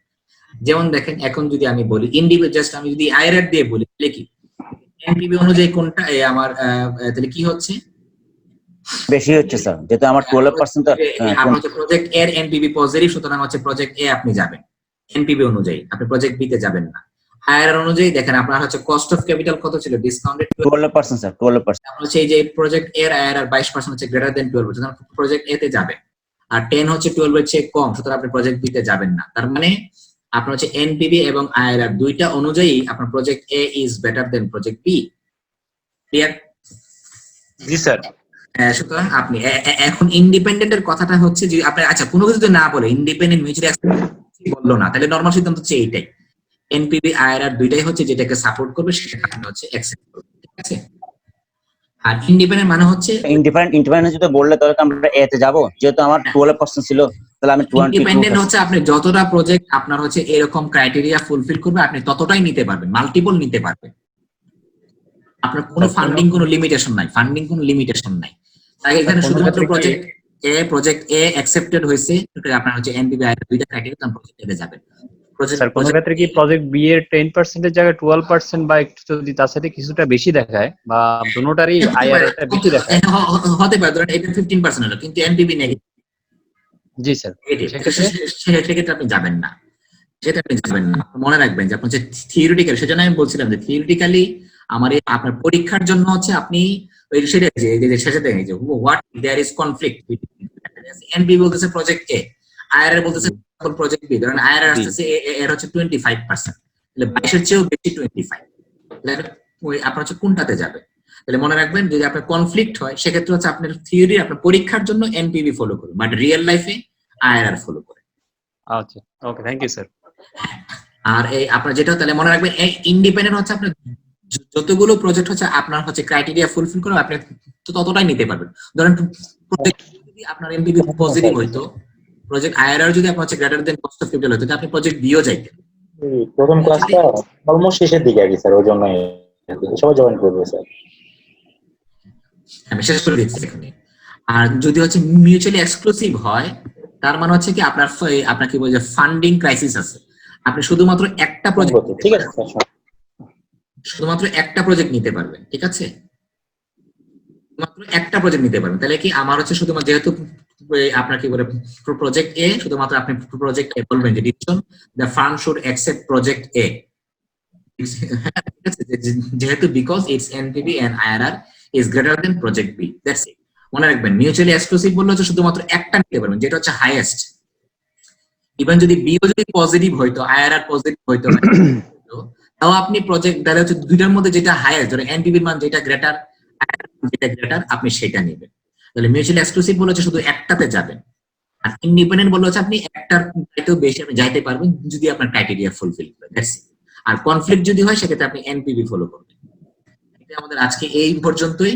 আমাদের এই ক্যাপিটাল বাজেটিং এর আরেকটা টেকনিক আছে যেটা সেই ওয়েটেড স্কোরিং মডেল, এটা আপনাদের অ্যাসাইনমেন্টে আছে, এবং আমরা যে আজকে বললাম যে এনপিভি আইআরআর করলাম সেটাও আপনাদের অ্যাসাইনমেন্টে আছে। একটু আপনারা অ্যাসাইনমেন্টের কোশ্চেনটা আপনারা একটু দেখেন। এই আমরা হচ্ছে নেক্সট ক্লাসে ইনশাআল্লাহ কথা বলবো। তাহলে আমাদের আজকে এই পর্যন্ত। আমরা এই যে বাকি ওয়েটেড স্কোরিং মডেল আমরা নেক্সট ক্লাসে করি, তারপর আমরা ইনশাআল্লাহ অন্য হয়ে যাই। Thank you very much. জান আপনাদের আর একটা ক্লাস আছে, সেই ক্লাসে জয়েন করতে পারি। আমি একটু সময় বেশি এই আপনার যে তরিকুল সাহেব, আপনি স্যারকে বলবেন আমি সরি বলেছি। Sorry sir. সরি বলে স্যারকে বলবেন যে আমি সরি বলেছি যে ওই আপনার যার ক্লাস এখন। না স্যার বলছে, স্যারের সঙ্গে কথা হয়েছে স্যার, উনি 10টা 15 থেকে শুরু করবে, স্যার ফোন দিছিল। আচ্ছা 10টা 15 থেকে শুরু করবে। জি স্যার, জাস্ট উনি বললো যে যেহেতু একটু লেট হচ্ছে তাই 10টা 15 থেকে শুরু করি আমরা। আচ্ছা ঠিক আছে, 10টা 10 বাজে, ঠিক আছে। তাহলে আপনার thank you so much. Next ক্লাসে ইনশাআল্লাহ আমরা এই নিয়ে কথা বলবো। ওয়েড স্ক্রিন মডেল নিয়ে কথা বলে আমরা ইনশাআল্লাহ অন্য অধ্যায়ে যাব। ঠিক আছে, থ্যাংক ইউ ভেরি মাচ। আপনার সবাই হচ্ছে বাসায় অঙ্কটা প্র্যাকটিস করবেন প্লিজ। প্র্যাকটিস না করলে কিন্তু পারবেন না। ওকে স্যার, ঠিক আছে, আসসালামু আলাইকুম। ক্যালকুলেশনের ব্যাপারে আসসালামু আলাইকুম। ক্যালকুলেশন ভালো করে করবেন। জি, আল্লাহ হাফেজ।